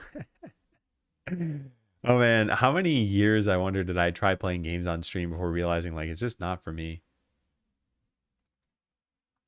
Who says you're entertaining now? True that. I'll just slink into my streamer corner and never talk again. Hey, Spot Kid. Very evil laugh about Steam Checkout. Well, the Steam Checkout is apparently broken. All right, so what are we doing here? Set position to velocity plus delta. Velocity's here. Normalize time speed use. Speed use is this. Otherwise use speed. Speed is set up there. And unlucky bird speed. Huh, so I wonder what's going on here. Let's just put a breakpoint. It's getting hit, and what's happening? I guess we're already at our destination. Yeah, and then we just don't find a new destination. Okay, so then that's the issue. So once we're there, we need to call find destination again, but probably after some amount of time to wait some time for this. We all just hate watch. Do any of you actually hate watch any streamers? I feel like I used to hate watch somebody, and then I realized, like, what am I doing? If I don't enjoy this, why am I watching them? And I unfollowed and stopped watching. Hey, Human Yo-Yo. Just hit the button to launch my Steam page. Can't wait for you to launch your game. Just FYI, I don't really appreciate messages like this that I like. I don't know the person, and they're like, hey, I launched my game. It's just generally not a nice thing. I mean, congrats on the launch, but yeah, you shouldn't just go promoting it in random people's streams. Oh, sorry. Yeah. I mean, hey, the true sign of if you're sorry is if you'll stop doing it now with other people's streams. Because probably most people feel the same way. But yeah, congratulations. All right, so we got this thing moving around. That's actually pretty nice. And it's moving around pretty frenetically right now. I would not want it to be that crazy. So I do want it to wait a little bit. I also want it to probably jitter a little bit. So like every once in a while, it'll choose not to run this. I wonder if that would look good.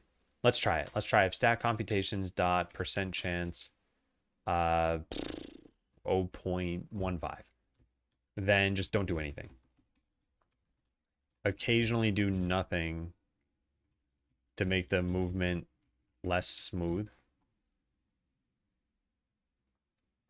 All right, and then the find destination, waiting some time. I think we'll start a timer for that. And we have one of these for a goblin somewhere. Let's take a look. Wait. Yeah, it's here. I strongly like to disagree with people who say Adam looks the same as 10 years ago. Yes, I've definitely aged. I'm not immune to aging. I just watched it for X reason and had to watch until that urge goes away. Is there a particular stream you're talking about? Sometimes my social media feed gives me someone I don't like. I might accidentally keep watching until I catch myself and move on. Watch streamers hate watch someone with chat together. Wow. Yeah. I think the scenario that I got into for even that one person I was talking about, which I'm not going to say their name or anything, it doesn't matter, but I was watching out of intrigue, and then I like disagreed with more and more of what the streamer was doing and how they were conducting themselves. And then I was like, why? That's what got to like the hate watching part. And I'm like, why am I doing this? I should stop. All right, so we need all this code over in the bird thing. Where are you, bird? Let's just close everything to the right of this and open up wander in place.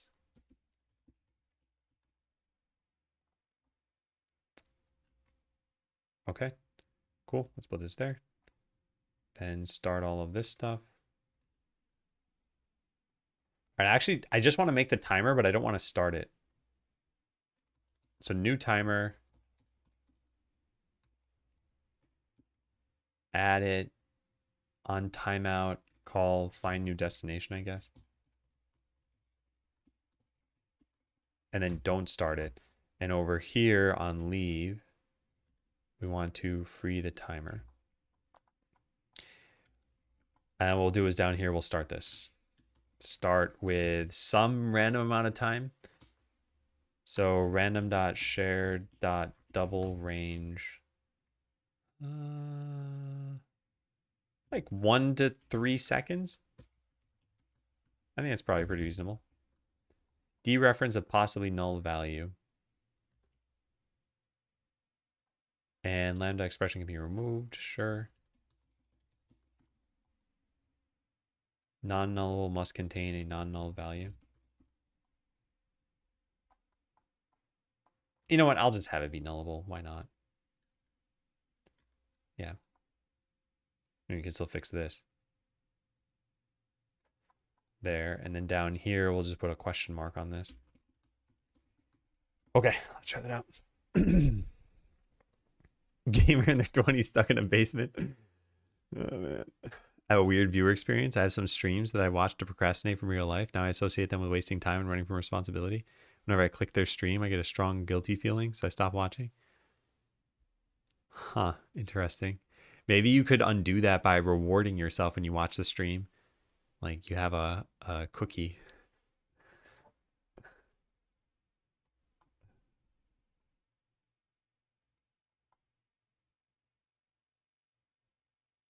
Are they gonna move? Apparently not. Is there a problem here? Just the snake buddy one. Okay, so what's going on? Physics process. Is this must be getting hit. Yeah. And then here we can't be returning every single time. Okay. So we're trying to move, but we don't have a destination. I wonder if that ever got hit. I need to, oh, it did. Oh, you know what? We need to probably cut this out. Maybe we check to see like as destination.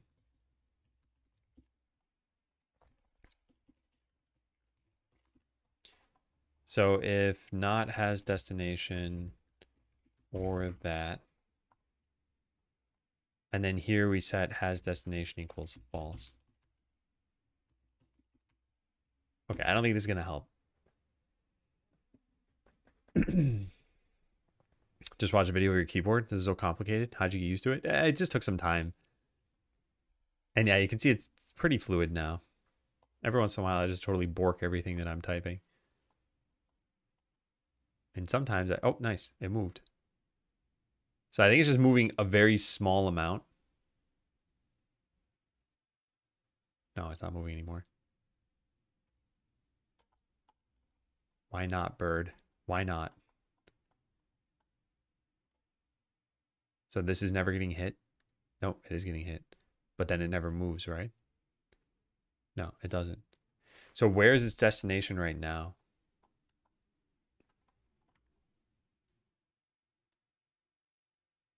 -22, -60. And where is it? Not there. So why is it not navigating there?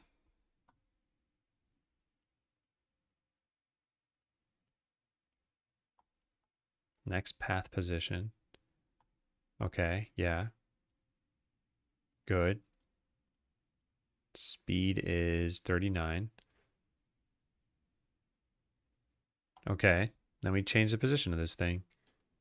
Why would this not work? Oh, it did move slightly. Oh. Well, why did that? Huh, that's strange.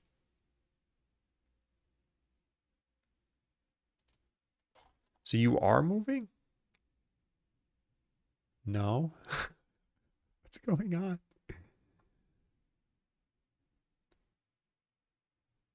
I wonder if the delta is so low that it's not doing anything. Oh, wait, there it goes. Why is it taking such a long time?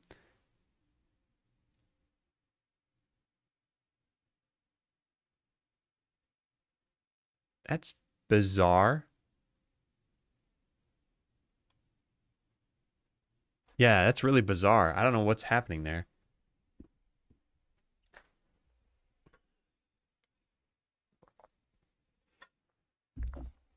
Could I have messed up with this? Start the timer in the range of 1 to 3. That should be a number of seconds. And then when it times out, it calls find new destination, which gives it a destination, sets it to true. So now it's not going to break into there.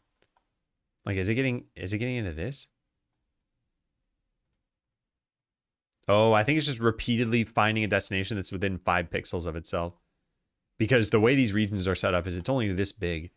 I don't know how many square pixels, excuse me, that is. But, well, let's take a look. is going from like negative 30 to 15. So it's like 45 pixels, and then this is like negative 20. So it's like 45 by 45. So 45 by 45. Actually, that's not really a helpful metric. But we're checking to see if we're within a circle that is of diameter 10. Yeah, all right, let's figure it out. So we have that, and then we do math.pi. Is this lowercase? Pi capitalized? Yeah, pi. Okay, so pi times what? R squared, so 25. No, that's very small compared to this. We're using 4% of the area. I was going to say maybe most of the time we're finding the same destination, but that's not the case. Although we probably do need to cut out this area down here.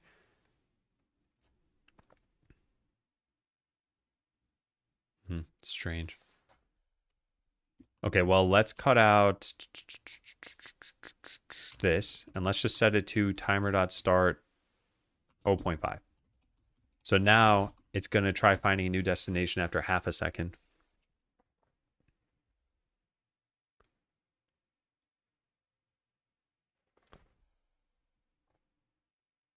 New game.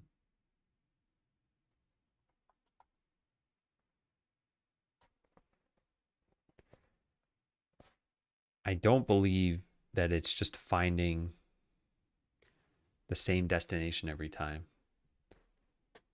Maybe I should have it just print out what it's doing.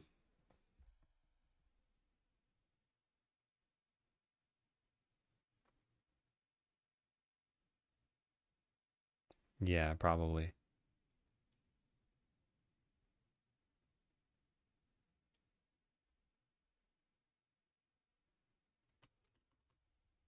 What is going on there? So yeah, it's just finding the same destination over and over and over again. But I don't get how that's possible. Unless I need to reset the navigation agent.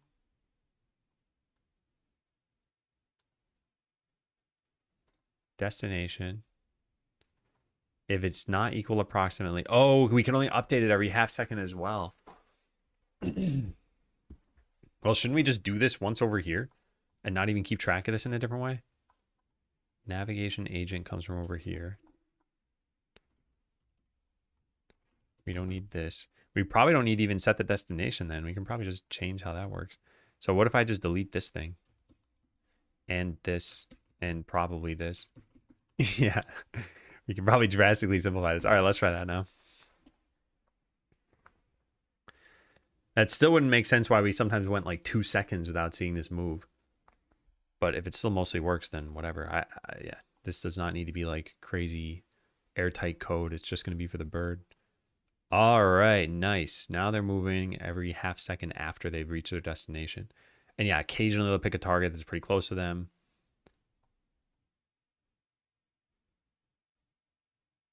So they should move slower than that. Yeah, their speed is 39 pixels. I think let's shave off like 9 of those pixels. Hey, Dimbrew, you gonna stream the launch party live? Yeah, I think so. I applied to be on the Twitch front page, but I don't think it's gonna happen.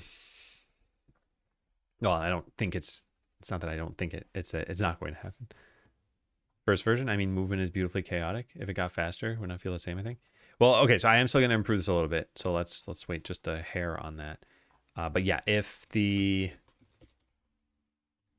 velocity dot x is less than 0, then we want to set its flip, which is probably not a thing you can do on character. No, but we can do it on the sprite.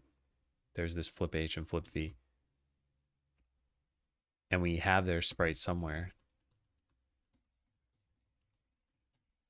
Animated sprite component. It's not in the sprite component though. It's in the Unlucky Bird itself.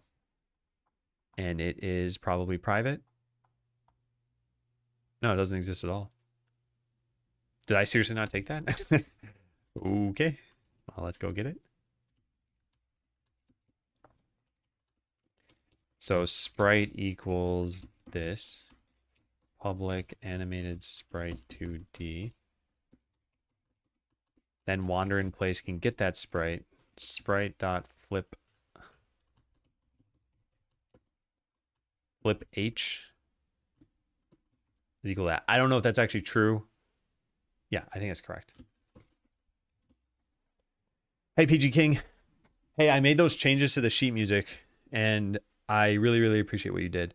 You don't need to look through it again. That's totally fine. I hopefully got most of the accidentals correct. So, but yeah, it was really nice of you. All right, so now I should face right when they're moving right and face left when they're moving left. All right. This is decent, but they're moving like really fast. Why are they moving that fast? And they should only find a new destination after half a second.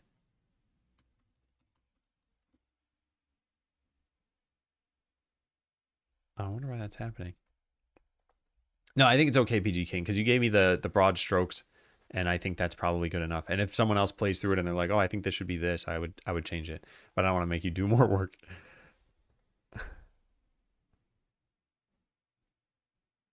All right, and got our little hoppy bird now. How's this look? I think this is pretty good.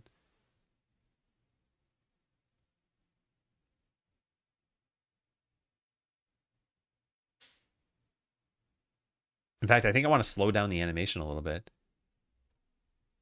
It's running at 5 frames per second, maybe 4 frames per second. So it looked like this. Yeah. That'll probably be more in line with how quickly it's actually moving. Really want to hear it? Want to hear the sheet music, like being played on piano? Or are we talking about something else?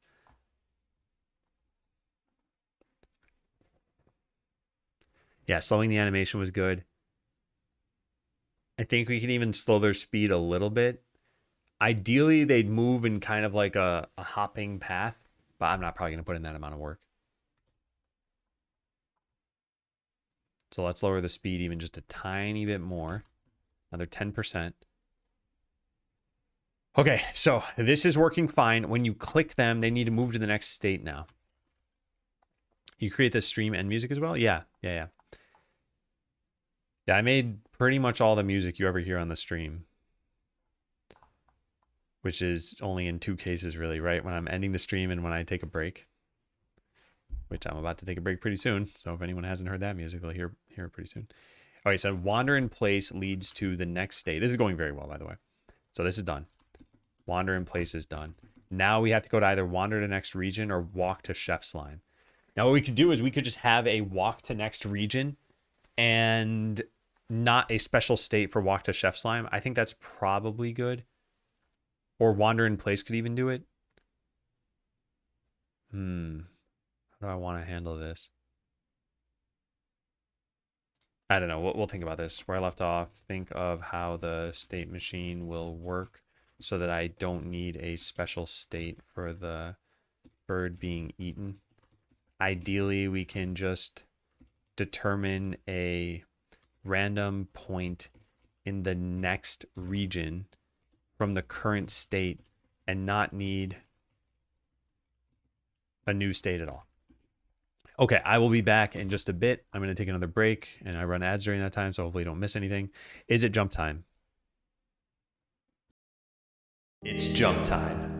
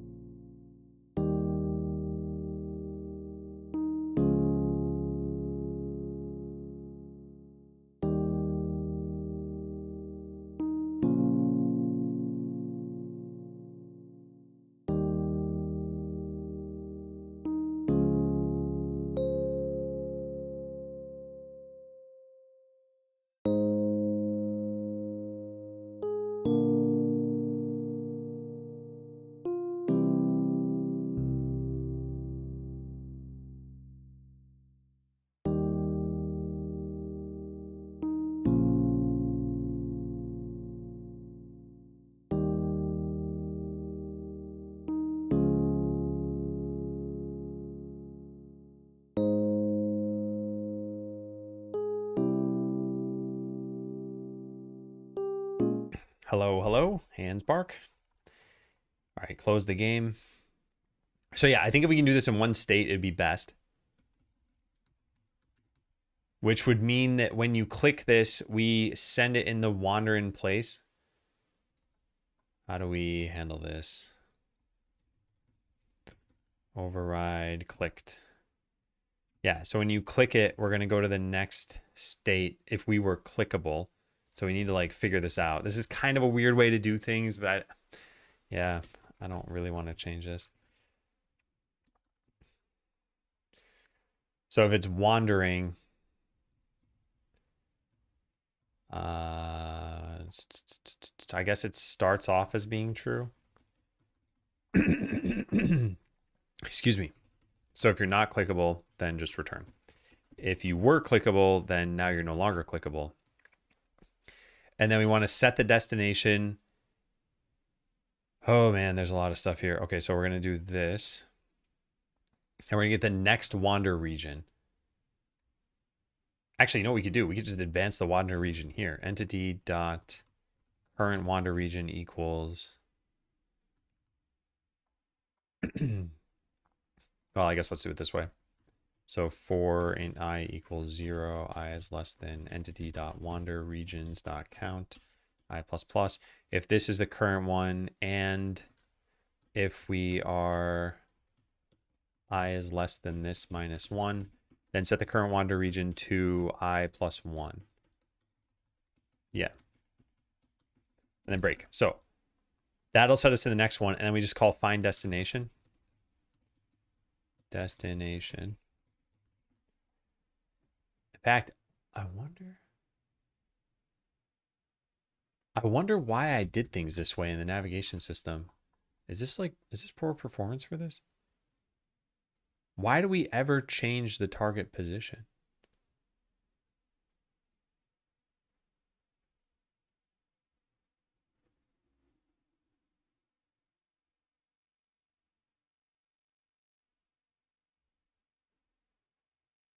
I don't know why we do this.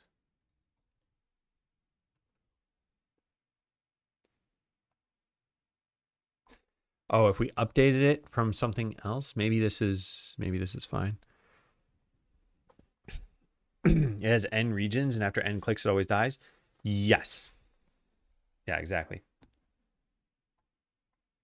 Because otherwise, if it didn't move all the way like toward its final destination, then you might stop clicking it after some point, realizing like, why am I doing this?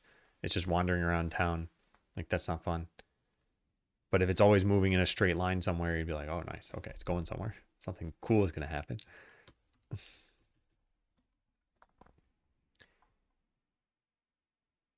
Okay, so once it has moved on to a different region, we need it to be in the next region for it to be clickable again.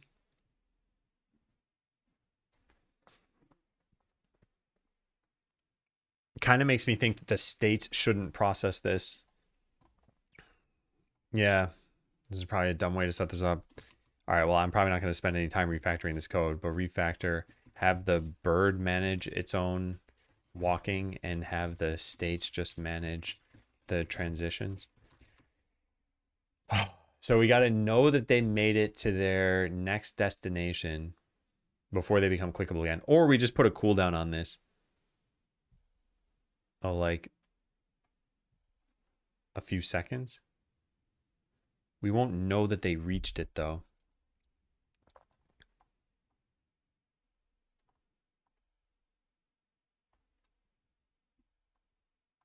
Yeah, I guess what we could do here is if not is clickable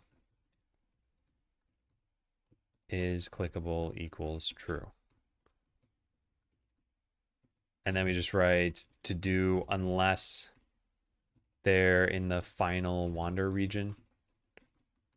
Actually, that shouldn't have any difference. I'll just call at you anyway. No, yeah, this is fine. Okay, and then let's go add one more wander region to make sure this is working, because otherwise we won't know.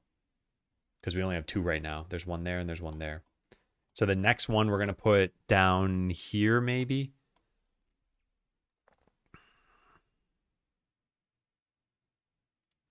Also, we should make sure the bird only spawns if you have the chef slime. Make sure the bird only spawns if you actually have the chef slime. This should always be true, but it's worth checking.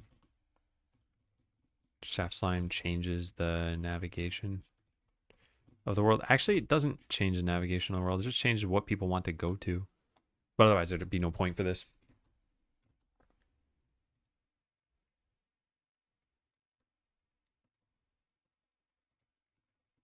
For the bird to matter. Make them jump right in the shaft. No, the last click is going to make them go into a wander region that's large enough where they'll eventually walk into the chef slime. Maybe. No, maybe that's a dumb idea. Maybe it should just put them there. I don't know. We'll figure that out. All right, rectangular region, another one of these, and another editable children. And now this one we're going to put down here. And we can give this a little bit larger of a wander shape, like this L shape here. And then the chef slime spawns where exactly? Where are the signs? Recycler sign. No, not recycler. Chef slime. Oh, no, there's no chef slime sign. It's just the farm sign. So if the farm is there, the chef slime shows up like there-ish, I think. Yeah, they're inside this little divot. So that's where we need the final region to encompass.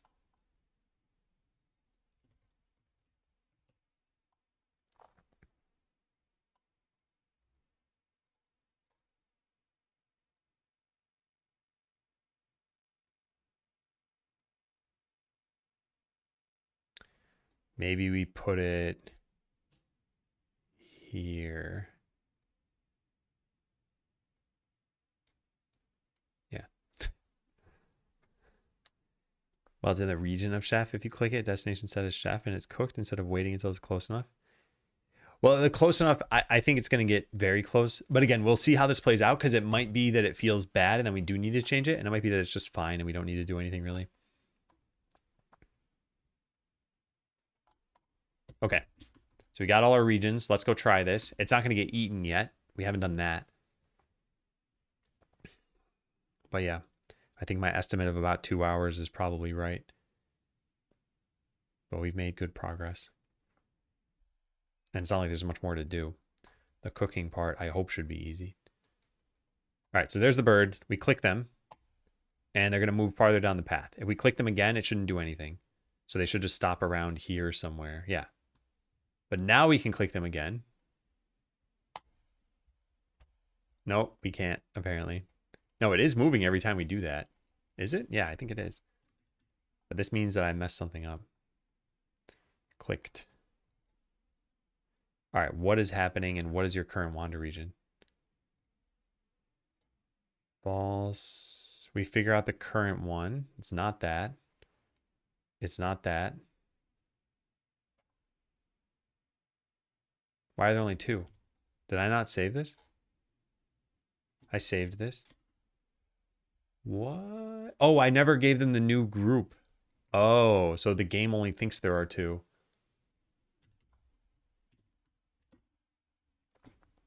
Okay, hang on 1 second.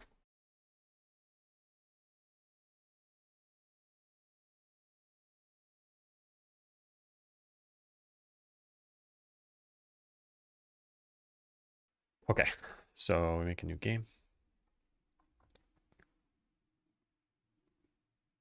So I click this once. Doesn't matter if I click it a bunch of times now. It's going to stop at the next one, which is right around here. Good. Click it again. Now let's put the chef slime there. So now it ends up over here. I click it again. And now it's going to wander right over there to the chef slime. And then it just get cooked. Yeah. So we just got to get the cooking part working. And if you click it again now, it wouldn't do anything. I guess it will find a new destination, but for no real reason. We should probably play a bonk sound when clicking it does nothing. Maybe, okay, how about this? Maybe play the caw sound when clicking it does nothing, and play a chime when clicking it is good. Yeah, I think that's even better because it makes it sound like, imagine it makes this sound. That sound. You'd be like, oh, this is a good thing for me to click. So I like that idea. Hey, Vimanchu. Sorry for the question. Would hate to sound like I'm undermining your work. How much have you used AI, if any at all? Would you have accomplished the same in the same time frame? No, that's not a bad question to ask. So I have an AI disclosure thing here somewhere, which I'll link you if you want to find the full thing, but I'll sum this up quickly for you. So in short, it was pretty much just used for coding. And I really only even use it there for autocomplete. So as an example, like let's say I'm typing on a for loop, I type FOR and then parentheses. Like I might accept this and then just delete the blob here, just have it type out the basic concept of a for loop, right? I know there are snippets in most IDEs that'll let you do that. This is just a contrived example, but like that's a place where I might use this. So I don't tend to use agentic AI. I'm not like, oh, go code a new feature or something. But I use the autocomplete pretty extensively. Also, there are lots of times when I feel like all it does is save me typing. Like there's some like really straightforward thing I want to do. Like let's say I wanted to print out is clickable. I type gd.print and then I type is click like that. And oh, well, in that case, it actually did not do this. And then a colon and like, okay, it filled out the rest of that. So like, I think it's pretty nice. So I've accomplished it in the same time frame. I think it would have taken like very slightly longer. But I don't think it would have been like drastically longer if I hadn't used AI. Building your new PC. I don't even think I have any of those parts anymore. I think I donated the entire thing a few months ago. Still have GPT-4o selected. May 2024 release. I don't think that changes the autocomplete model, does it?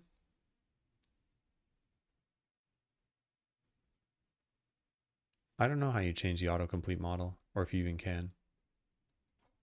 I should probably look into that. Let's see really fast. Yes, hang on one second.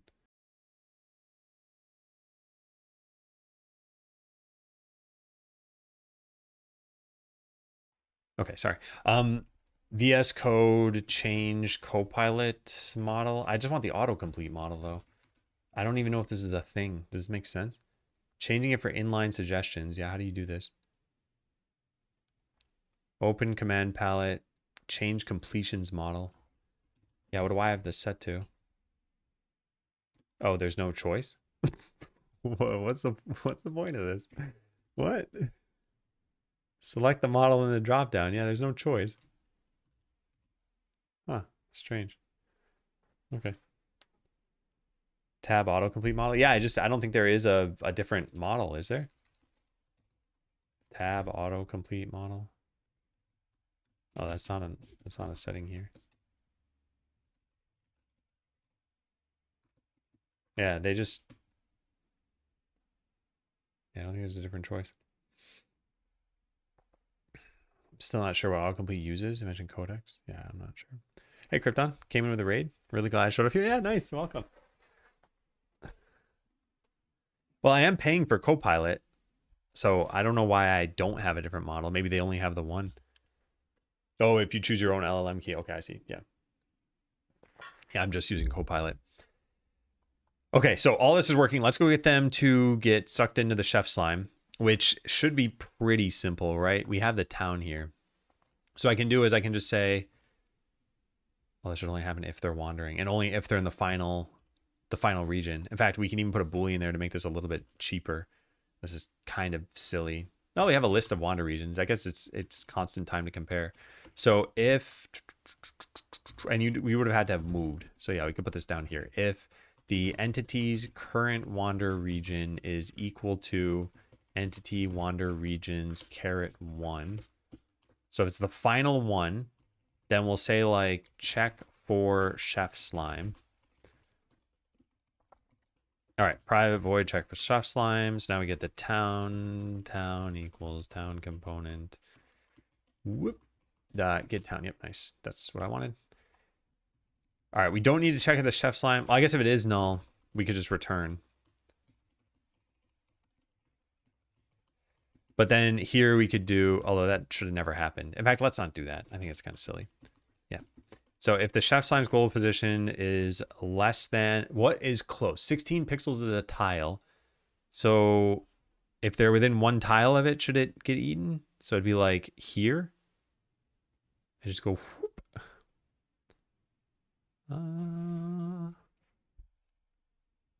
Yeah, that's probably reasonable. If it's less than game constants dot tile size, then it'll get eaten. So we're gonna use, oh, this is gonna be a little bit difficult. We need to fly something from somewhere to somewhere else, but it's not an item. And I just did this somewhere. Where did I do this? The snake buddy. Snake buddy can eat apples. Where does that happen? It should have a state machine, right? No, there it is. Yeah, walk. Walk probably has it. It does not. What? Where did I do this then?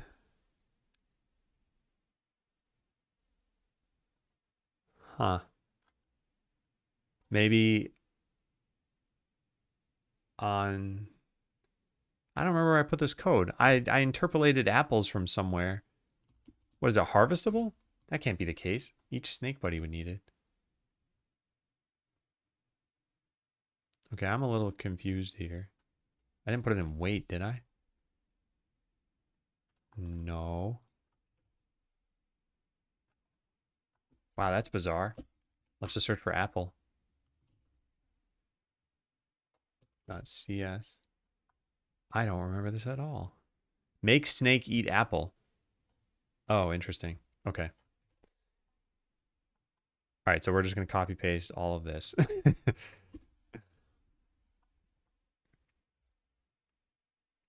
lot of loose on fixes and verify fixes. I don't know. That's probably not going to happen for Skeleseller. I might try that for prototyping the next game. I'm actually kind of torn on how much I want to prototype on stream for the next game. I don't think the idea is like such a killer idea that people are going to be like, oh man, as making that, I better make that same game. And I think I'll have my own unique flair on it anyway. But I kind of want to make sure the idea is good before pursuing it. I also do like streaming that process though. So yeah, I'm torn. 100% never do stuff off stream. All right, all right. Okay, so we're pasting this down here. So we're going to create this on the entity. The start position is the entity's global position. We're tweening it over. This doesn't move, so we don't need to do things this way. So we could actually do this using fly functions way of doing things, which was to just tween a property. Yes. Tween property. Okay, so the object is going to be the entity. The property is going to be Godot string names dot global position. Why is that not a thing? Why is that not a thing? Godot node paths? Excuse me. All right, then we wanted to go there and over the duration of that. Duration being 0.35. I think this one we can drag out a little bit longer, half a second. And then when they're done, they're going to fade out. It's a little bit difficult because they would fade out from the beginning. All right, I don't know. Let's just fade out the whole thing. Entity. And on finished, we want to do eat bird. Okay, and we don't want this to be possible every time. I'm gonna just keep slamming booleans in here. Is eatable or edible? Eatable. True. Okay, so this should only be here if this is edible. If it got eaten, then edible is false. And then eat bird. So private void. I'm going to call it cook bird, actually. I like that a little bit better. So now we're going to do entity.queue_free. And then we're going to somehow get the chef slime and have it give you something. I don't know what we do for this.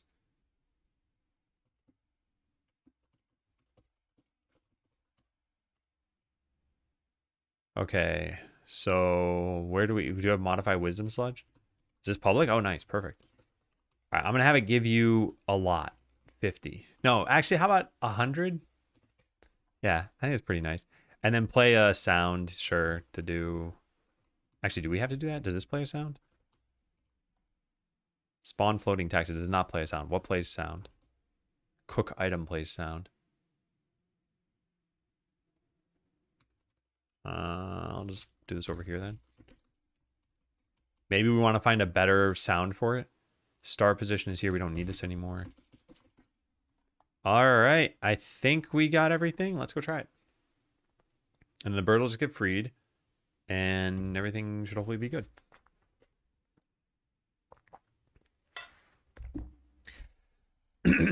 What a silly feature. What an absolutely silly feature to add. We still have some finishing touches we have to do. But yeah, here's what this is so far. Oh wait, we need the chef slime. There. I should add the sounds in. Yeah, let's do this before we move any further. All right, I want it to be the same as getting a skill up. Unless we have a better sound. Let's look through these really quickly. Downloads, Leopause, open. All right. Do we have any like cool fiery sounds for when we cook the bird? Some of these might be loud, just FYI. So you might want to turn your sound down now. I don't know until we play these.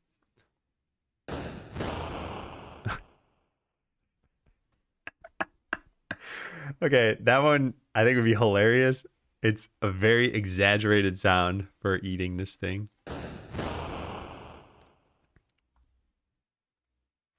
I'm going to copy that. I don't think, unless we have some particles or fire coming out of this thing, I think it would not actually fit.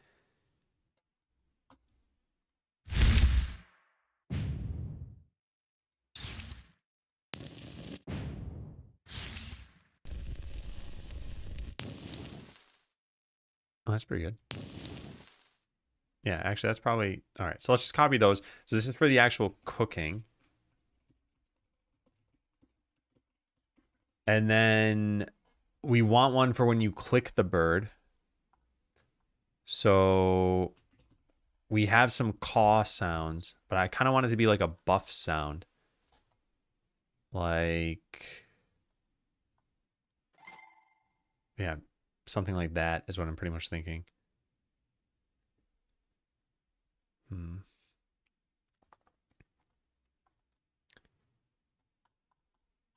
I don't know if there's a better one. None of those. Those are all too long. We need some like UI sound basically. So I think I'm going to make it the spellcast sound. What are these?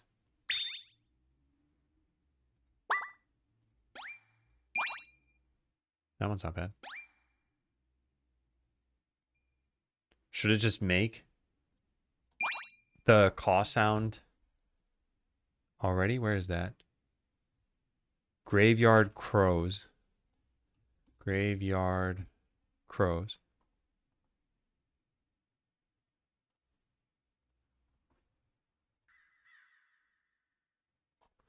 Now let's open this on Audacity.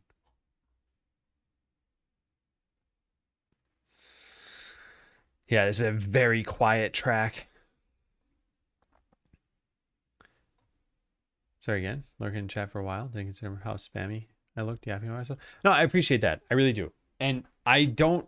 So, there are a couple things. I've kind of talked about this before over the years, but there's like a chat reputation I have in my head. And on YouTube, it's much harder for me to see past messages. On Twitch, and I'm going to use Oppressor because I don't think he'll care. But if I click someone's name, I can see all their past messages here. And these are all ones from the stream today, so I'm not really revealing anything. This is all just stuff in the last like half hour. That lets me see if someone is like, are they contributing to chat? Are they just here for something? I have had people literally come in and their first message is like, oh man, I'm also making a game. And yeah, anyway, so I appreciate you being here. I do wish you luck. And I think if you're unsure in the future, I think asking for permission is good. And every once in a while, I'm like, you know what? Sure, go for it. In this particular case, I think doing it on YouTube probably wouldn't have gotten a lot of visibility anyway. Yeah. But yeah, thank you, Human Yo-Yo. It is nice of you. Okay, so somewhere in here we have some crows. Let's see.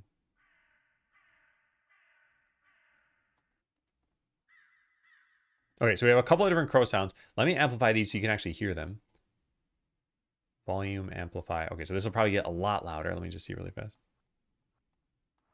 Trying to play it without. Okay.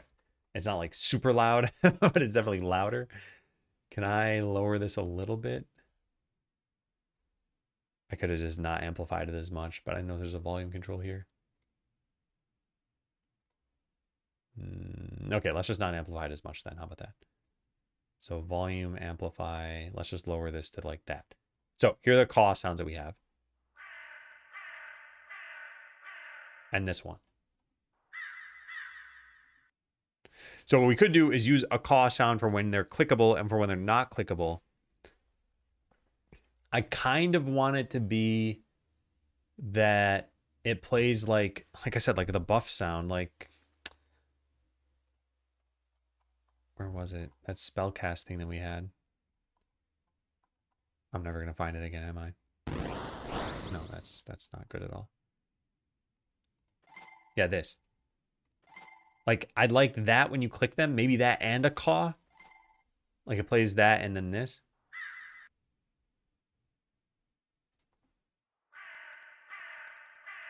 Yeah, I kind of like that.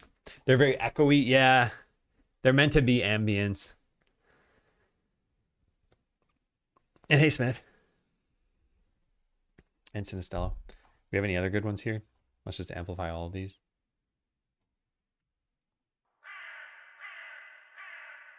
That's the same sound.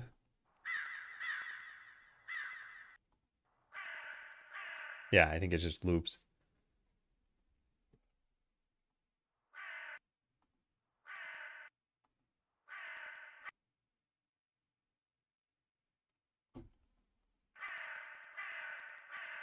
Yeah, so I think we want to isolate the very first one of these.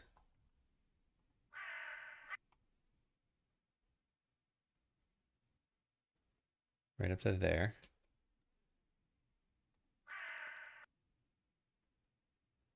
Maybe take the first bit out too. Okay, then I want to export this one to its own file. Although we might need to amplify this a little bit more before we do that.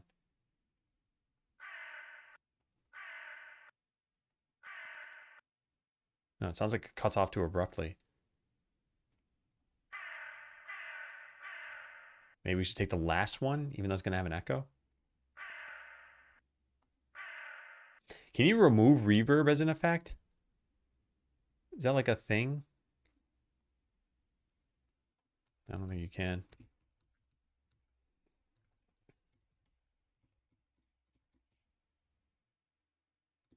It's hard to. You can reduce or remove using D-reverb. I don't have that plugin. Well, we could also just not do the idea that I had. I think these caws are fine, right? Yeah, we could just take this one. Yeah, that's probably good. Yeah, adding reverb is very easy. Okay, so let's take that. Let's cut this, make a new project, paste that in. Smart clip or selected audio only. What does that mean? Trimmed audio data. I guess just selected audio. Okay, now I want to amplify this a little bit, but not like a crazy amount.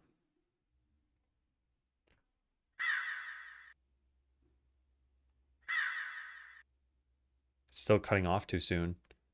I didn't hear it before, but now I definitely hear it. So we should have done it all the way over to here maybe. And then over here, X out of that and paste it in again. And then amplify that. Yeah, I think that's better, but I still cut it off too soon. No, my selection.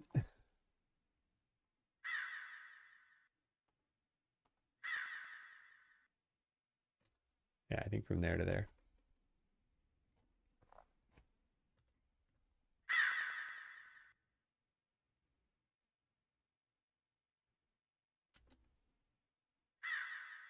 Yeah, okay, that's good.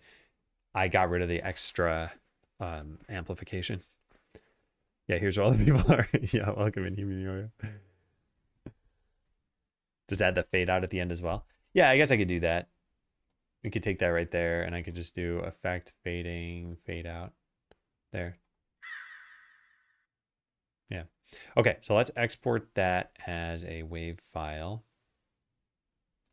Caw.wave. Cool. Okay, so that made it over here. Caw.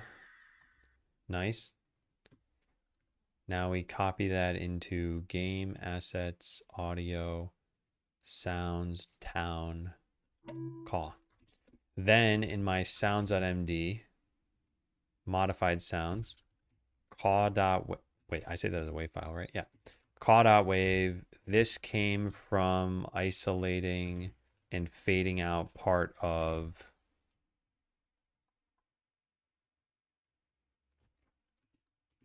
that. I like to write down the provenance of this stuff so that if I ever need to make them in the future or modify them, I've got it. All right, now we go add in a sound ID. What will we call it? All sound data, catch fish. This is a town sound? Yeah, no, battle sound. We need a town sound. Yeah, like this is probably fine. I don't think we need to modify the pitch because you can't hear it that frequently. We could do it a little bit, maybe like 9.5 to 0.5. Who knows if this is going to be loud enough. Then we go into unlucky birds, wander in place, I guess, wander in place. So it could be whenever you click the bird, and then when you click them and it'll do something. Yeah, so maybe here. So we put this here, play the bird sound, play caw. But when you click them, no, we need a new buff sound. We can't just play the spellcast sound because you'll have auto casting by then and you might think that you caused it from that.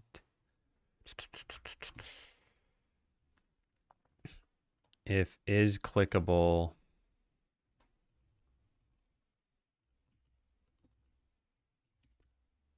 or not is edible.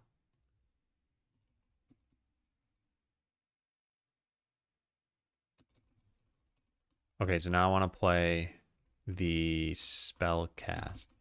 Let's see how that feels.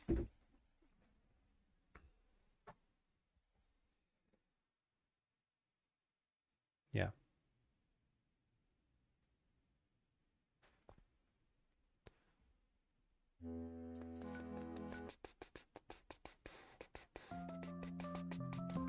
Let's save this.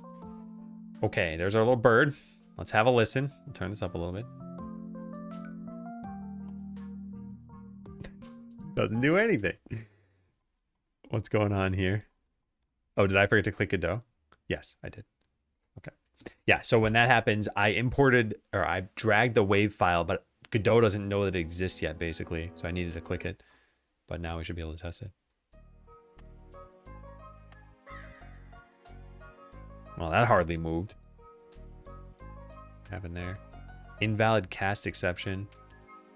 Get ECS. Of what exactly? Wander in place 106. Oh, whoops. That's not supposed to say this. That's supposed to say entity. I wonder if I made that mistake somewhere else. I did not. That is actually correct there. Okay, my bad.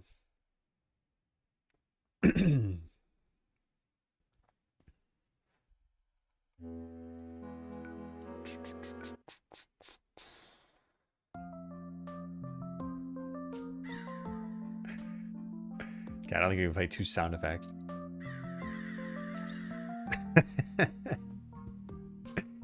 Yeah, we need some kind of different sound.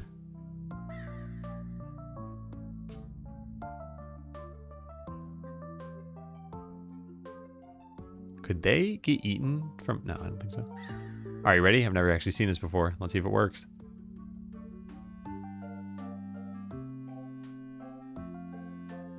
It does not.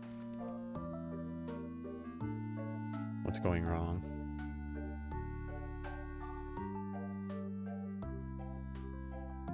This is being hit.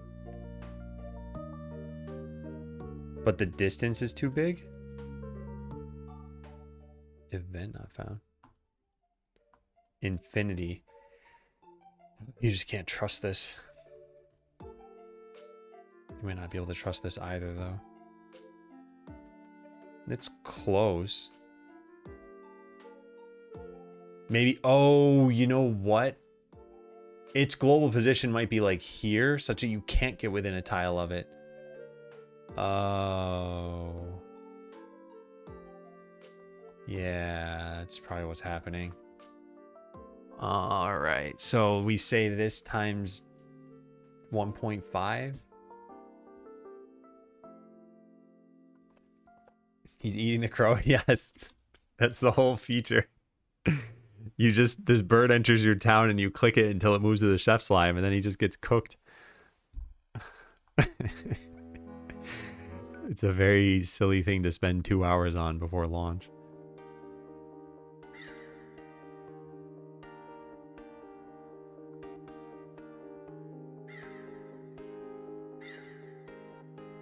I'm going to speed this up. Okay, here we go. Will it work? We have 0 sludge right now. That's so stupid. It looks so goofy. We should make it go faster, for sure. Duration is way too much. Maybe 0.25. Cut it in half. It's so dumb. Alright, well, yeah, that's basically the feature.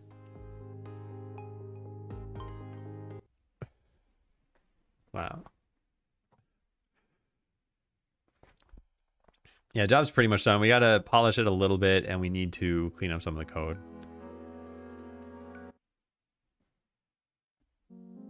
I do want it to play a different sound. The caw is fine.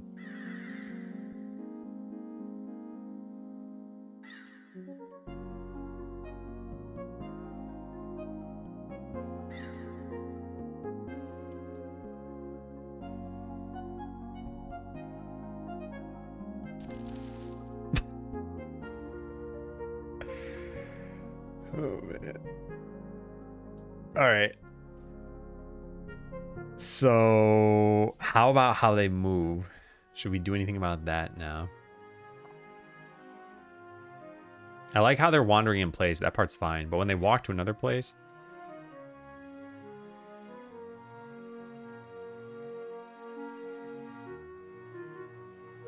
What I'm basically trying to figure out is, do I want this 15% chance to just not do anything for a frame?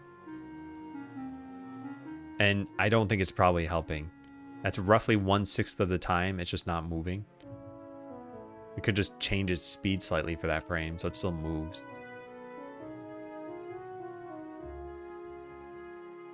Yeah, I could do that. Instead of a const here, we could just say float speed. And we say if this speed times equal 0.67. So every once in a while it moves slightly slower. Keyboard you have looks wild. Yeah, it is a corn keyboard. And it is kind of wild, but I really like it. I ordered a new mouse that doesn't exist yet. But the SwiftPoint Z3, this should start shipping in like June or July. Mouse is kind of crazy looking. But it's wireless, and I was thinking I'd like to get a wireless corn at some point. The mouse I use right now already is pretty crazy. It's got 12 buttons on the side. But yeah, that mouse will scare people.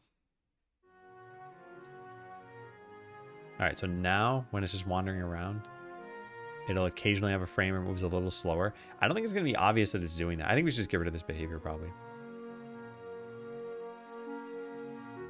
Yeah. This is unnecessary. That thing looks horrible. Do I have that open still? No, I don't.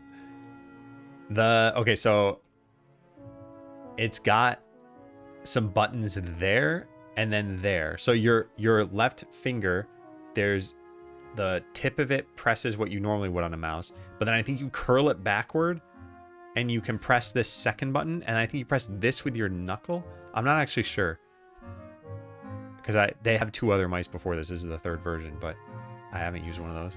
RSI simulator. I mean, maybe you would expect this to be that way. Like the amount of thumb movement I use just for moving windows around and stuff. I don't think this is probably good for my hand, but yeah, I use it all the time.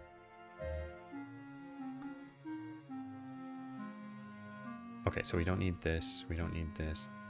If we're not going to use these things, do we even need a navigation component? Like, what is it doing for us? It's setting up the agent. Okay, I think that's fine. Yeah.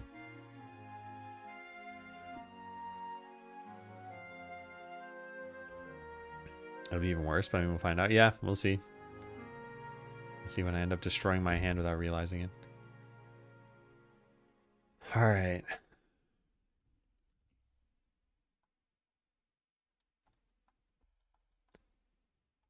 Yeah, so all of this is looking pretty much fine right now. Oh, except for the buff sound that we're playing. Can we find a better one? And should I use the firebomb thing? Where is that? Firebomb. Where are you? There's fire beam. I'll search for fire again because I'm never going to find this.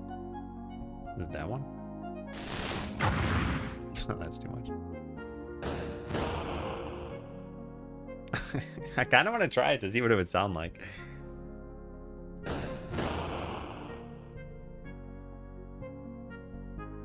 Is there a sizzling sound for the last part? We could probably find one. No, they didn't name it sizzle. I kind of want to use this. I think it'd probably be bad.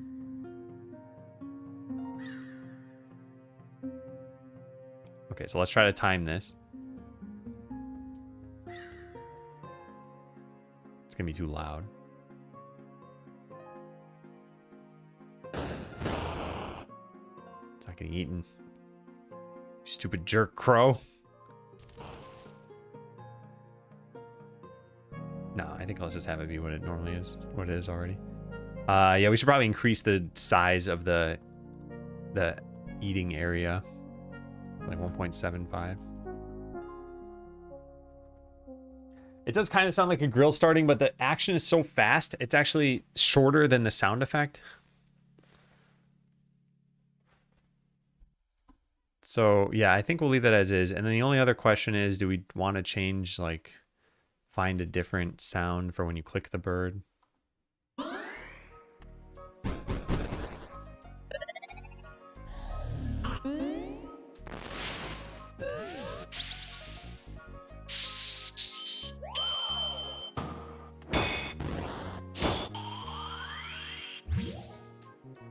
So if I did anything, I'd probably have it be the skill up sound. I think that's probably best.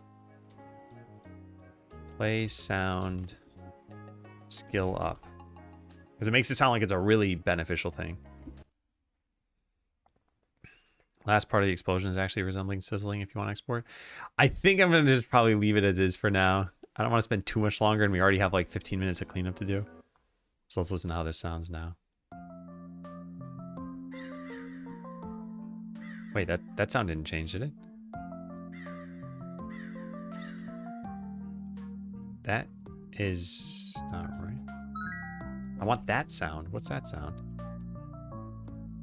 Skill up and skill down are apparently not the sounds that play when you get a skill. What? Level, maybe? Level up adventure? No. Maybe it is that. I mean, I guess we could just find out instead of having to guess. Let's go look at what file he uses. Upgrade. 11 upgrade. Upgrade. Oh, this has to be a UI sound, technically. I just realized. Oh, well. Where's upgrade here? Yeah, that's what I want. There.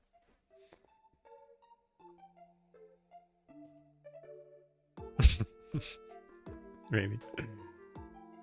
Okay, so this is done. Bird should come in from a different location from customers. Just appears behind a tree. I mean, it just spawns in. Prior custom code for animating and pathfinding. Should only happen once, so we need to save this in your save file. Maybe we just do this every time you beat the phoenixes, and we only spawn the bird if you don't already have one in your town. Means if you save while the bird is in your town, too bad it'll disappear. Hey, Corpsey. Dot and dash forever. More skiing.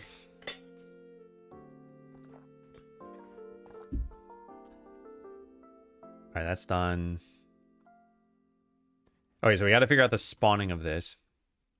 Spawn the unlucky bird when you beat the phoenixes, you don't have a bird already, and you have the chef slime. That should be it, right? Yeah. All right, so instead of spawning it right now and started game or whatever it is. Yeah, so this is... Whoop. I don't know how I just did that. And let me turn off the music. Just to stop the whole game. Create goblin. So we're going to make a public void. Actually, we know this is when you beat the phoenixes. Oh, I guess we can still do this. Create unlucky bird. So if the chef slime is null, or you already have a bird, how would we know if you have a bird already? We could just do get nodes in group and have it be added. The only way you can kill the phoenixes multiple times is if you get the perk that lets you fight them multiple times. But then you could fight them on a loop and get like 40 birds. Which, yeah, I don't want to have that happen. Taking care of the crow, chef slime comes in, eats your pet. How do I want to do this? I guess we just go modify this to add in a new group. This is definitely the fastest way. Unlucky bird. All right, so get tree dot get nodes in group, get node count in group. That's all I want. Yeah. Unlucky birds. So if this is greater than 0, then yeah, return. Otherwise, make the bird. So now what we want is beat elite for first time. And when you beat the phoenixes, why is Phoenix not there? Oh, because it's not called the instance. It's the instance of the mines. So should this work in bone mode? It's worth 100 sludge, which is potentially quite a lot, but you have to beat the phoenixes to get this. And then you have to click the thing a bunch of times.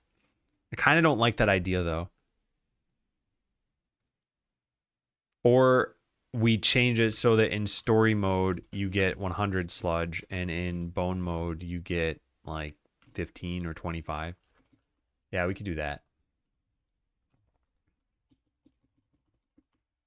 Yeah, I think I like that better. So now when we're cooking it, we have a 100 in here somewhere, right? Yeah, so const, what is that, a float? No, int, const, int. Actually, it can't be const. Int sludge bonus equals town dot gameplay dot is challenge. So in challenge mode, we'll give you 25. Otherwise, we'll give you 100. Then we change this to sludge bonus. And we go try that out. Yeah. Nice. All right, so that's pretty much the whole feature, right? Yeah, I just got to refactor some code after that. All right, so let's try this as though we're a real player here. We continue. So we won't have the bird in our town. Yeah, no bird. I have to kind of tediously get to the mines. So let's do that. Whoops. Picked the wrong thing.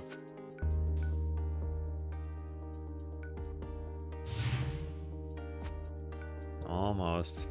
Just gotta work our way around the map.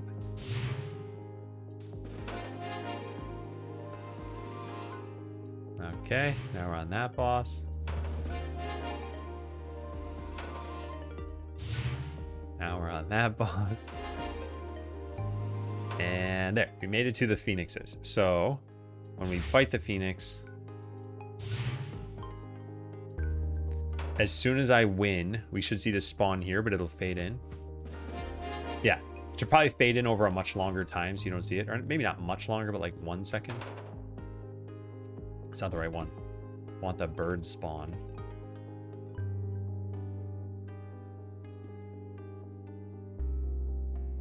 Okay. And then we should set this to a random position in there. Entity.current wander region, get random point.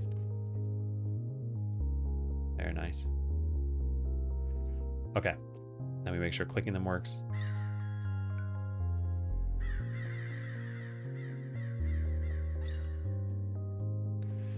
What changed your mind? I just decided to spend the time because marketing sucks. So is this or marketing? Hey, GLFA.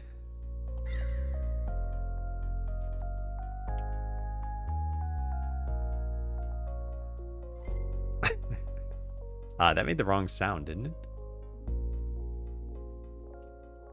It did make the wrong sound.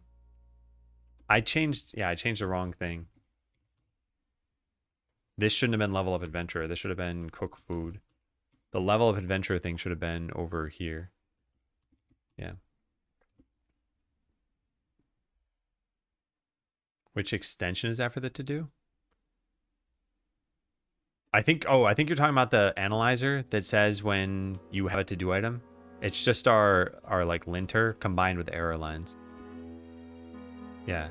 Well, even error lines isn't doing this. Yeah, so this is just this, whatever this is, S1135, which I think never actually goes anywhere. So it's sonar, which, as we now know, THPN is working on. Started market a bit now. It's not for the grind. Yeah, it sucks. Just sucks.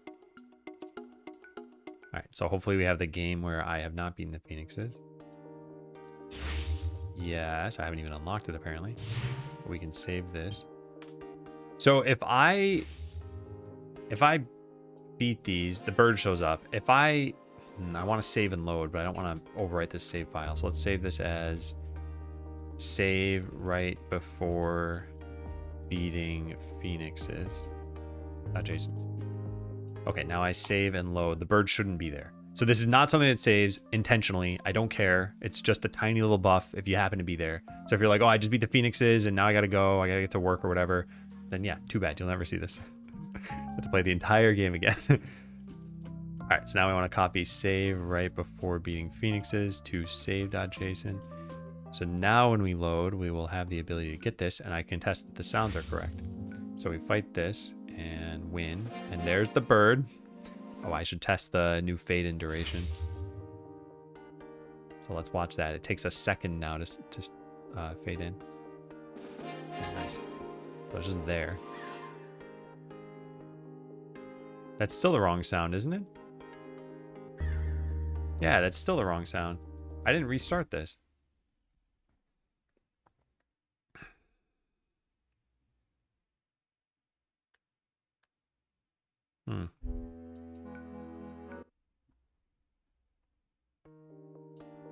Which means maybe it was the wrong fade out time too.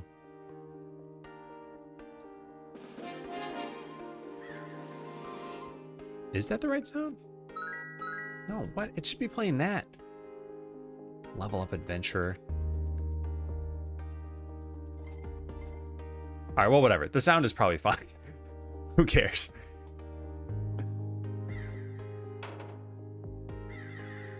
Yeah. As long as it's something that sounds positive.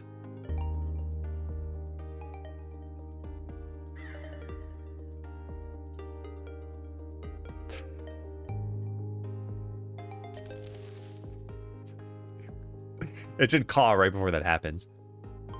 Yeah, that would be smart. So right when we start this tween, play caw.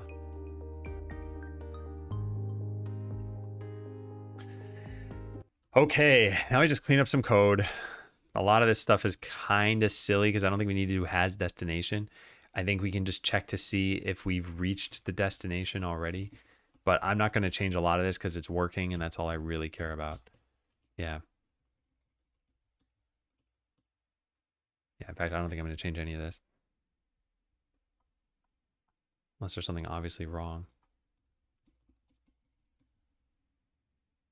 Why even give them velocity here? What's the point? Hey, Bedro. That's almost like a dozen days. 100 in main, 25 in bone mode. Yeah, I actually didn't test the bone mode part of things. I probably should. Also, it's even easier to test because even on a new game, you can go right to the Phoenixes if you want to.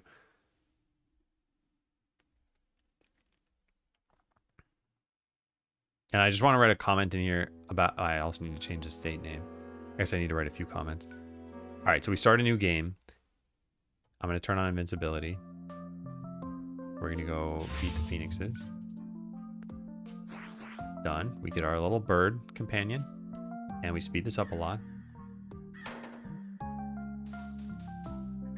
And now we should get 25 instead of 100. Yeah, nice. Perfect. Cool, which is enough to buy a few level up perks. 2. Yeah, it's not meant to be a game-changing thing. It's just a funny little thing that you're like, wow, this guy put a lot of love into this game. I would like to give him an extra $100 for it. So I want to write some comments here. This is called Wander in Place, but it's not really Wander in Place anymore. It's just like the main state that they're in. Yeah, so none of this is needed. And Wander, maybe just call it Wander instead of Wander in Place. And then rename this to wander.cs. And then go delete the other one. Whoa. There. That's probably working, but I'll test it really fast. Then this thing says something about goblins. So I'll write a couple of comments. This is a very custom class that doesn't use the navigation system because it doesn't have animations for each direction that it can face. Do we use anything else that needs to be changed? No, I don't think so. It's actually pretty simple. And then I want to write this for Wander as well. This was somewhat hastily coded because it's a joke feature. Because the bird is a joke feature. And I wrote this code close to launch. If it were more polished code, I probably would have put the navigation logic into Unlucky Bird and used multiple states so that I wouldn't need to track booleans here. Okay. Bird is a word. Congrats, Sound of Gaming. So the interview happened and you got the job. Nice, nice, nice. That's probably a load off your mind.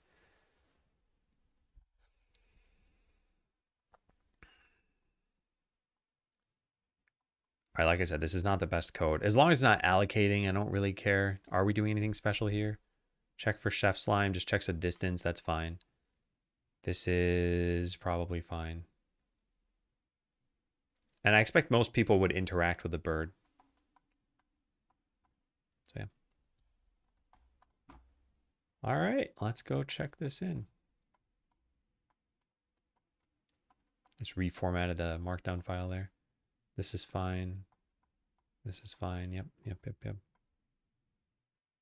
Oh, I never checked to see what happens if you fight the phoenixes multiple times. Okay, we haven't tested that.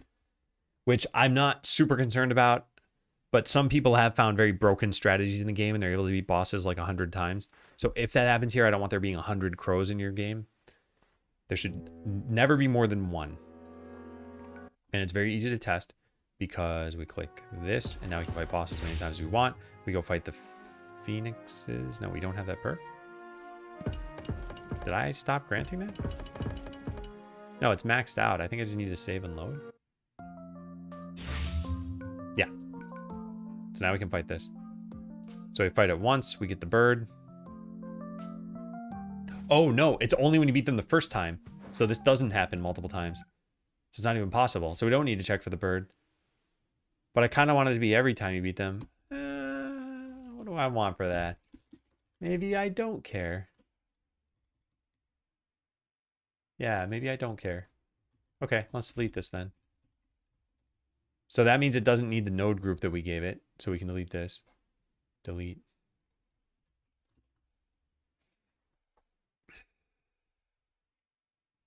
That's a bluebird. This is a blackbird.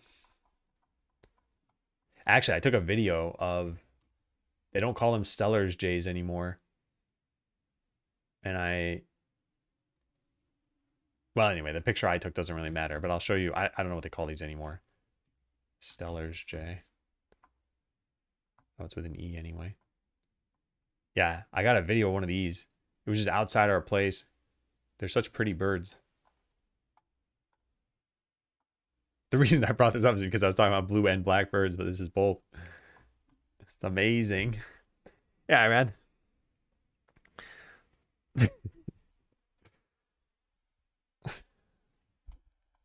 Yeah. All right. Caw.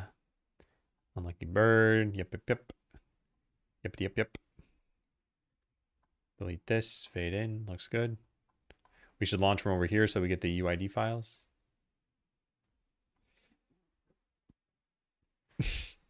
That's still a bird joke in disguise. So this is after I already beat the game, right? I think so. Yeah, it is. So I want to copy that save file over again, and that way it'll be before when we beat the game, so that we can test this just one final time. So I wonder if people would notice this. They'd be like, oh, what cool new stuff do I get? There's confetti. They probably wouldn't even be looking up there. Then they finally see this and they're like, what? What are you doing?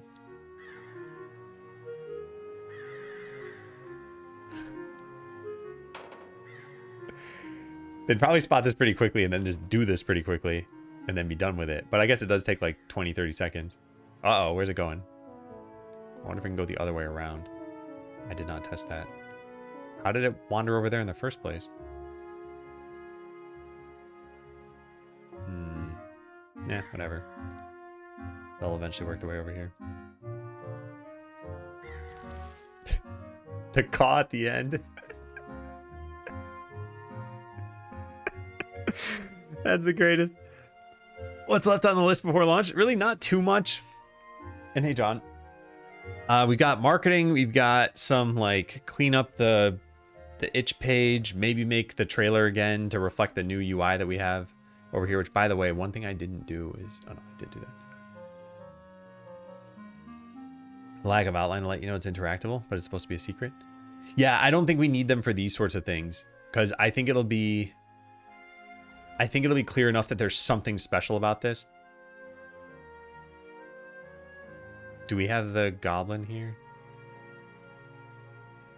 Love the new UI. Yeah, I think it's good. I'm glad we got it. Maybe it's time moving near the frames where the bird is on the ground. Kind of matching animation. I'm not gonna do that. Only because it looks weird if it's static. And it would be static for a few seconds. Yeah, so there's the goblin. For those who hadn't seen this already. The goblin hides behind trees. So you can just see the little glasses poking out now. And only really because it's blue. Otherwise, they blend in quite well. But after some amount of time, and it's quite a long time, they'll randomly move to another tree.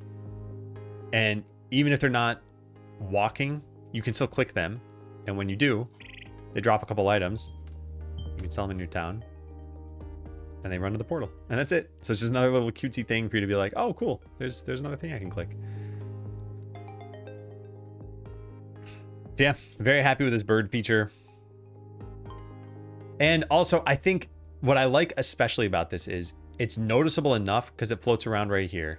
Let me point at it in the game. Did this save already? Yeah, it did. Okay, so we'll just do that. Oops. Oh, no. I pressed the wrong button. That's supposed to be load. Cost myself a precious 4 seconds. Okay. Yeah, so it's obvious enough that if you're playing the game and you're paying attention, you will see this. Like, it doesn't keep walking around. It's not trying to hide. It's not behind a tree or something. You're going to see this. You're going to be like, what is that? And it's very easy to discover what it is because you just click it 4 times after it's stopped moving. And it eventually makes it down there. And it is a funny thing of like, oh, cool. I got a little bird companion, right? Only for it to be eaten immediately. So yeah, they can... Oh, they never make it to the... Where's this thing going? No. Yeah. All right. Anyway, that's the feature. I just want to see it one more time. No, it didn't make it there. That could wander to the left a bit. Okay, so use the bird graphics. I'd had this idea brewing for a little while, but finally took the time to make it a reality. It took what, about 2 hours? It's not the best code, but the feature feels pretty great. And I'm looking forward to seeing people's reactions to this. Cool. No, they don't interact, the goblin and the bird. You populate the game with skeletons and buildings to see if it's noticeable. Can people miss it by chance? There's nothing that can block this when it's first moving around here, because you can't place buildings yourself. So the nearest buildings are this one and this one. And yeah, just gonna wander there. Even if something could block it, as long as it's not blocking it always, it'd be okay. So like if we had clouds floating overhead or something, I think it'd be fine. Hey Franken, yeah, it's very close. Can you make the goblin an additional combat feature? So one of the goals of these features that we came up with here are that they don't impact the progression of the game. So the goblin, when you do find them, which I don't know if they're in town right now. Let me spot along all the trees. No, they're not there. When you find them, they drop 2 items. By the time they can even show up, the items you're getting are in enough abundance where 2 is not going to make a big difference. And it's only once every like 3 to 5 minutes, I think. So even if they did make a big difference over the course of 5 minutes, they certainly won't. And then this bird thing is just for getting 100 sludge, which is like harvesting 10 pumpkins. So by the time you get this, you probably would have maxed both of these things out. And your farm might look like this. And take a look. I'm at 100 sludge right now. If I harvest all of these, I am now at 215. So it's like harvesting the farm once. So yeah, they're not like major things. Can you hire them after finding them? No. They don't have any adventurer like graphics. By the way, I kind of want to talk about this like briefly here, but the cost of adding an adventurer is huge. There is design for them, so the game design for them. We have 10 abilities. The graphics we need are 10 ability icons, any animations in battle, and then the overworld animation. We already have this one done for the goblin, so that would be free. And then strings. So we have 10 ability descriptions, the name of them, you hired the X string that we have, the description of the adventure itself, 5 languages for these. So in general, it already took me like 3 solid days to add an adventurer if I had the graphics and I didn't need to localize it. So yeah, we definitely are not going to be adding another adventure anytime soon. And all the ones that we have, it's like a lot of work went into these abilities. It might not seem like it, but yeah, there's a lot of time and care spent on this. And then there's balancing, by the way. Balancing is kind of crazy. Keep recreating the timers instead of restarting them so they allocate. For reference, the new wander you just added. They enter wander once though, and then they get deleted after this. So it's only when they enter the state that we add it. And then the only way to leave this state is for the bird to get cooked. There is no transition out of here. So this is not a problem. We also allocate in the bird itself, and we could bypass that too, but the bird only gets allocated once per game anyway. So like this wander regions thing, we store this once and ready, but we could store it for all of the birds if we wanted to.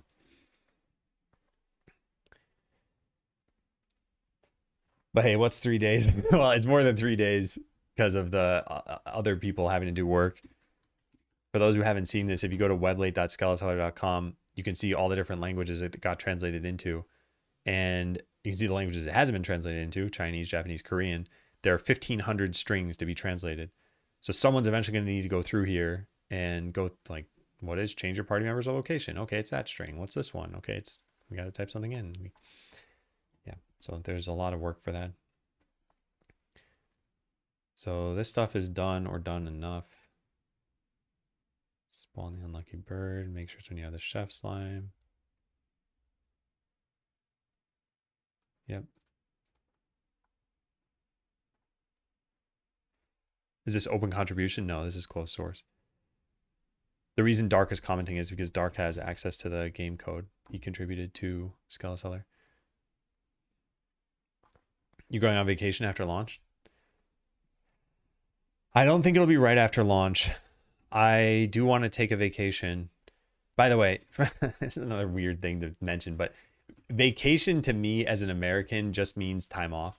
It doesn't necessarily mean I'm going somewhere tropical or I'm going to go sightseeing or something. It's just time off. So yeah, I do plan on taking time off. I'm not going to go anywhere exotic. I do want to visit family. So I will probably be traveling, but I don't know when that'll be. So yeah, if things are looking good, maybe April, maybe May. Yeah. Where was this an example? Same thing happens with workers.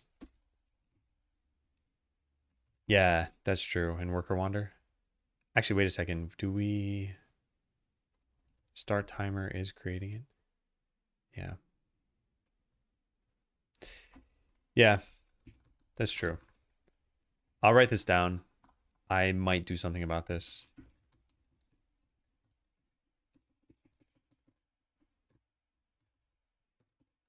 Look at worker wander for an example of this.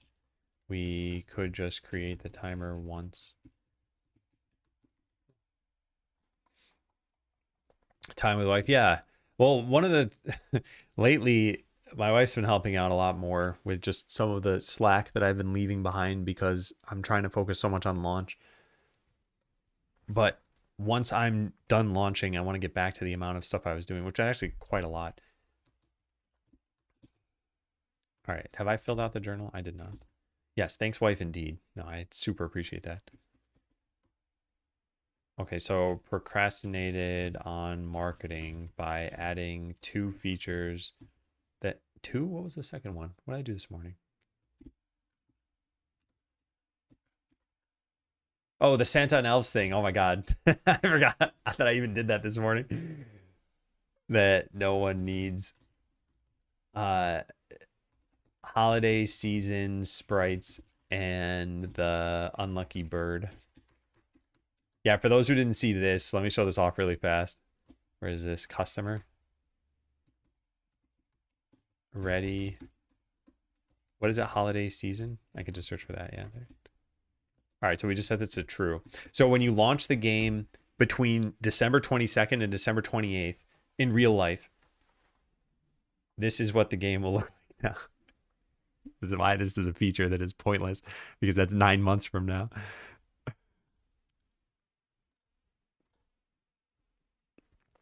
So instead of finding your normal adventurer customers, you find elves entering your town.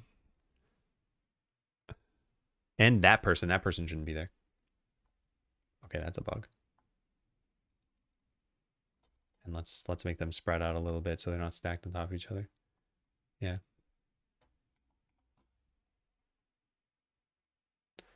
And then instead of me, you find the Santa version of me, which I no longer have open over here.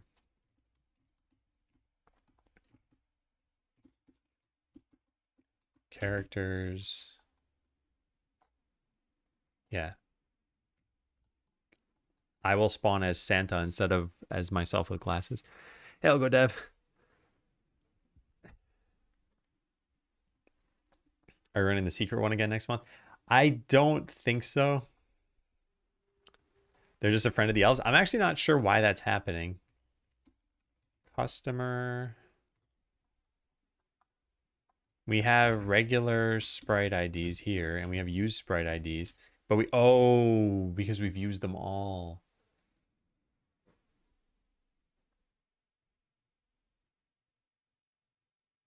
We shouldn't do that.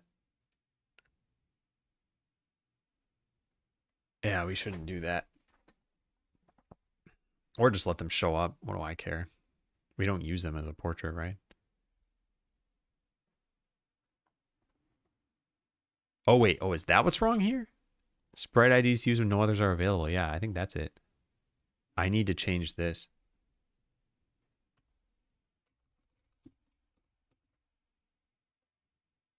IDs when no other is available. So if it's holiday season, pick the same thing. Otherwise, pick use sprite IDs. And then no other is available. Okay, that should fix the problem. Not bad to have some regular customers. Well, if I made this feature, I feel like there should just be elves for that time. Yeah.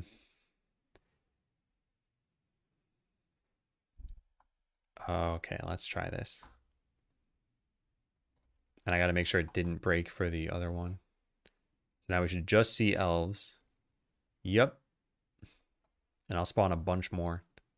Yeah, just elves. Let's go make some other shops for them to wander around. You'll never have this many customers in your game. This looks pretty cool. Let's add a bunch of workers now, and let's add some items. Upgrade our shops. Nice. And if we wait long enough, and it might be a very long time, then I will show up. Yeah. I'm not going to wait for this to happen.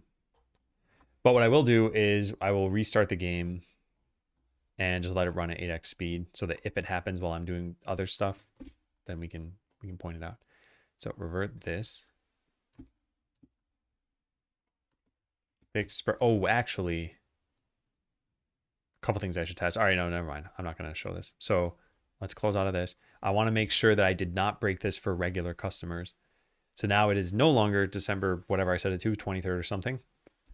We are back in March, back to reality. We still have gravity. And we should have that green cloak customer. I think it's that one, but they got to separate. Are you there? No, I don't think so. I'll just spawn a bunch of other ones. There they are. Okay, looks good. And we'll get an error about no sprite IDs available. That's also okay. That'll technically happen to everybody at Christmas time. So fixed sprite used during holiday season. I only wanted elves to spawn, but the green hair cloak wearing person could spawn due to how I found a sprite when none were available, when all were already used. Cool. Don't want to make it the entire month. No, I was originally just gonna have it on one day. Then I'm like, oh, maybe 2 days. Then people are like, what about a week? I think a week is probably pretty good. Because one of the other problems I think is that if it's not super obvious it's around Christmas time, that you are losing a lot of visual interest in the town. Like these townspeople look very different. The elves do not. In fact, I think they're literally the same sprite with just different colors, right? Yeah, they didn't even change the eye color. But there's no difference in animations. They all kind of look the same.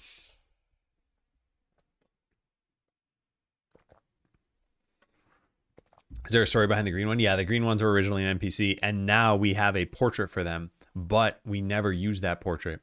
So that one right there, I can open this in a bigger view. That portrait right there was hand-drawn by Quickie Joe. So if we ever want to use this as just a generic, like maybe they're in the warehouse for some reason or something like that, then we need to pull them out of the pool. But these graphics are amazing. I think they're great. I love them.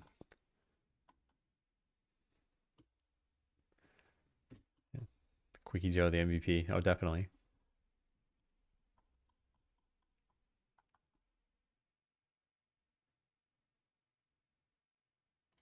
All right, cool.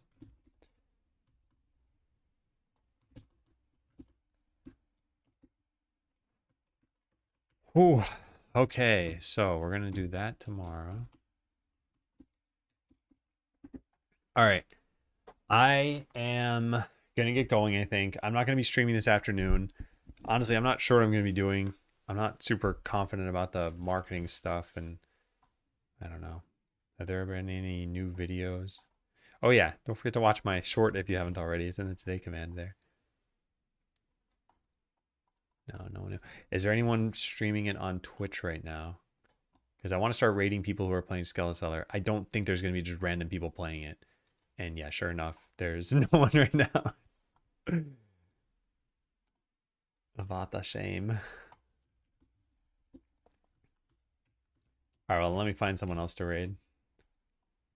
Oh, hey, let's raid Kit. Kit's great. If you haven't seen Scam Baiting, you're in for a treat. Yeah. All right. Thanks again for watching, everyone. I'll leave you the couple of links if you want to use them. Discord, the link to the game on Steam. I should be back tomorrow, but I assume it'll just be for the morning. And then that's it. We just have one more full week before launch. So yeah, take care, everyone. See ya.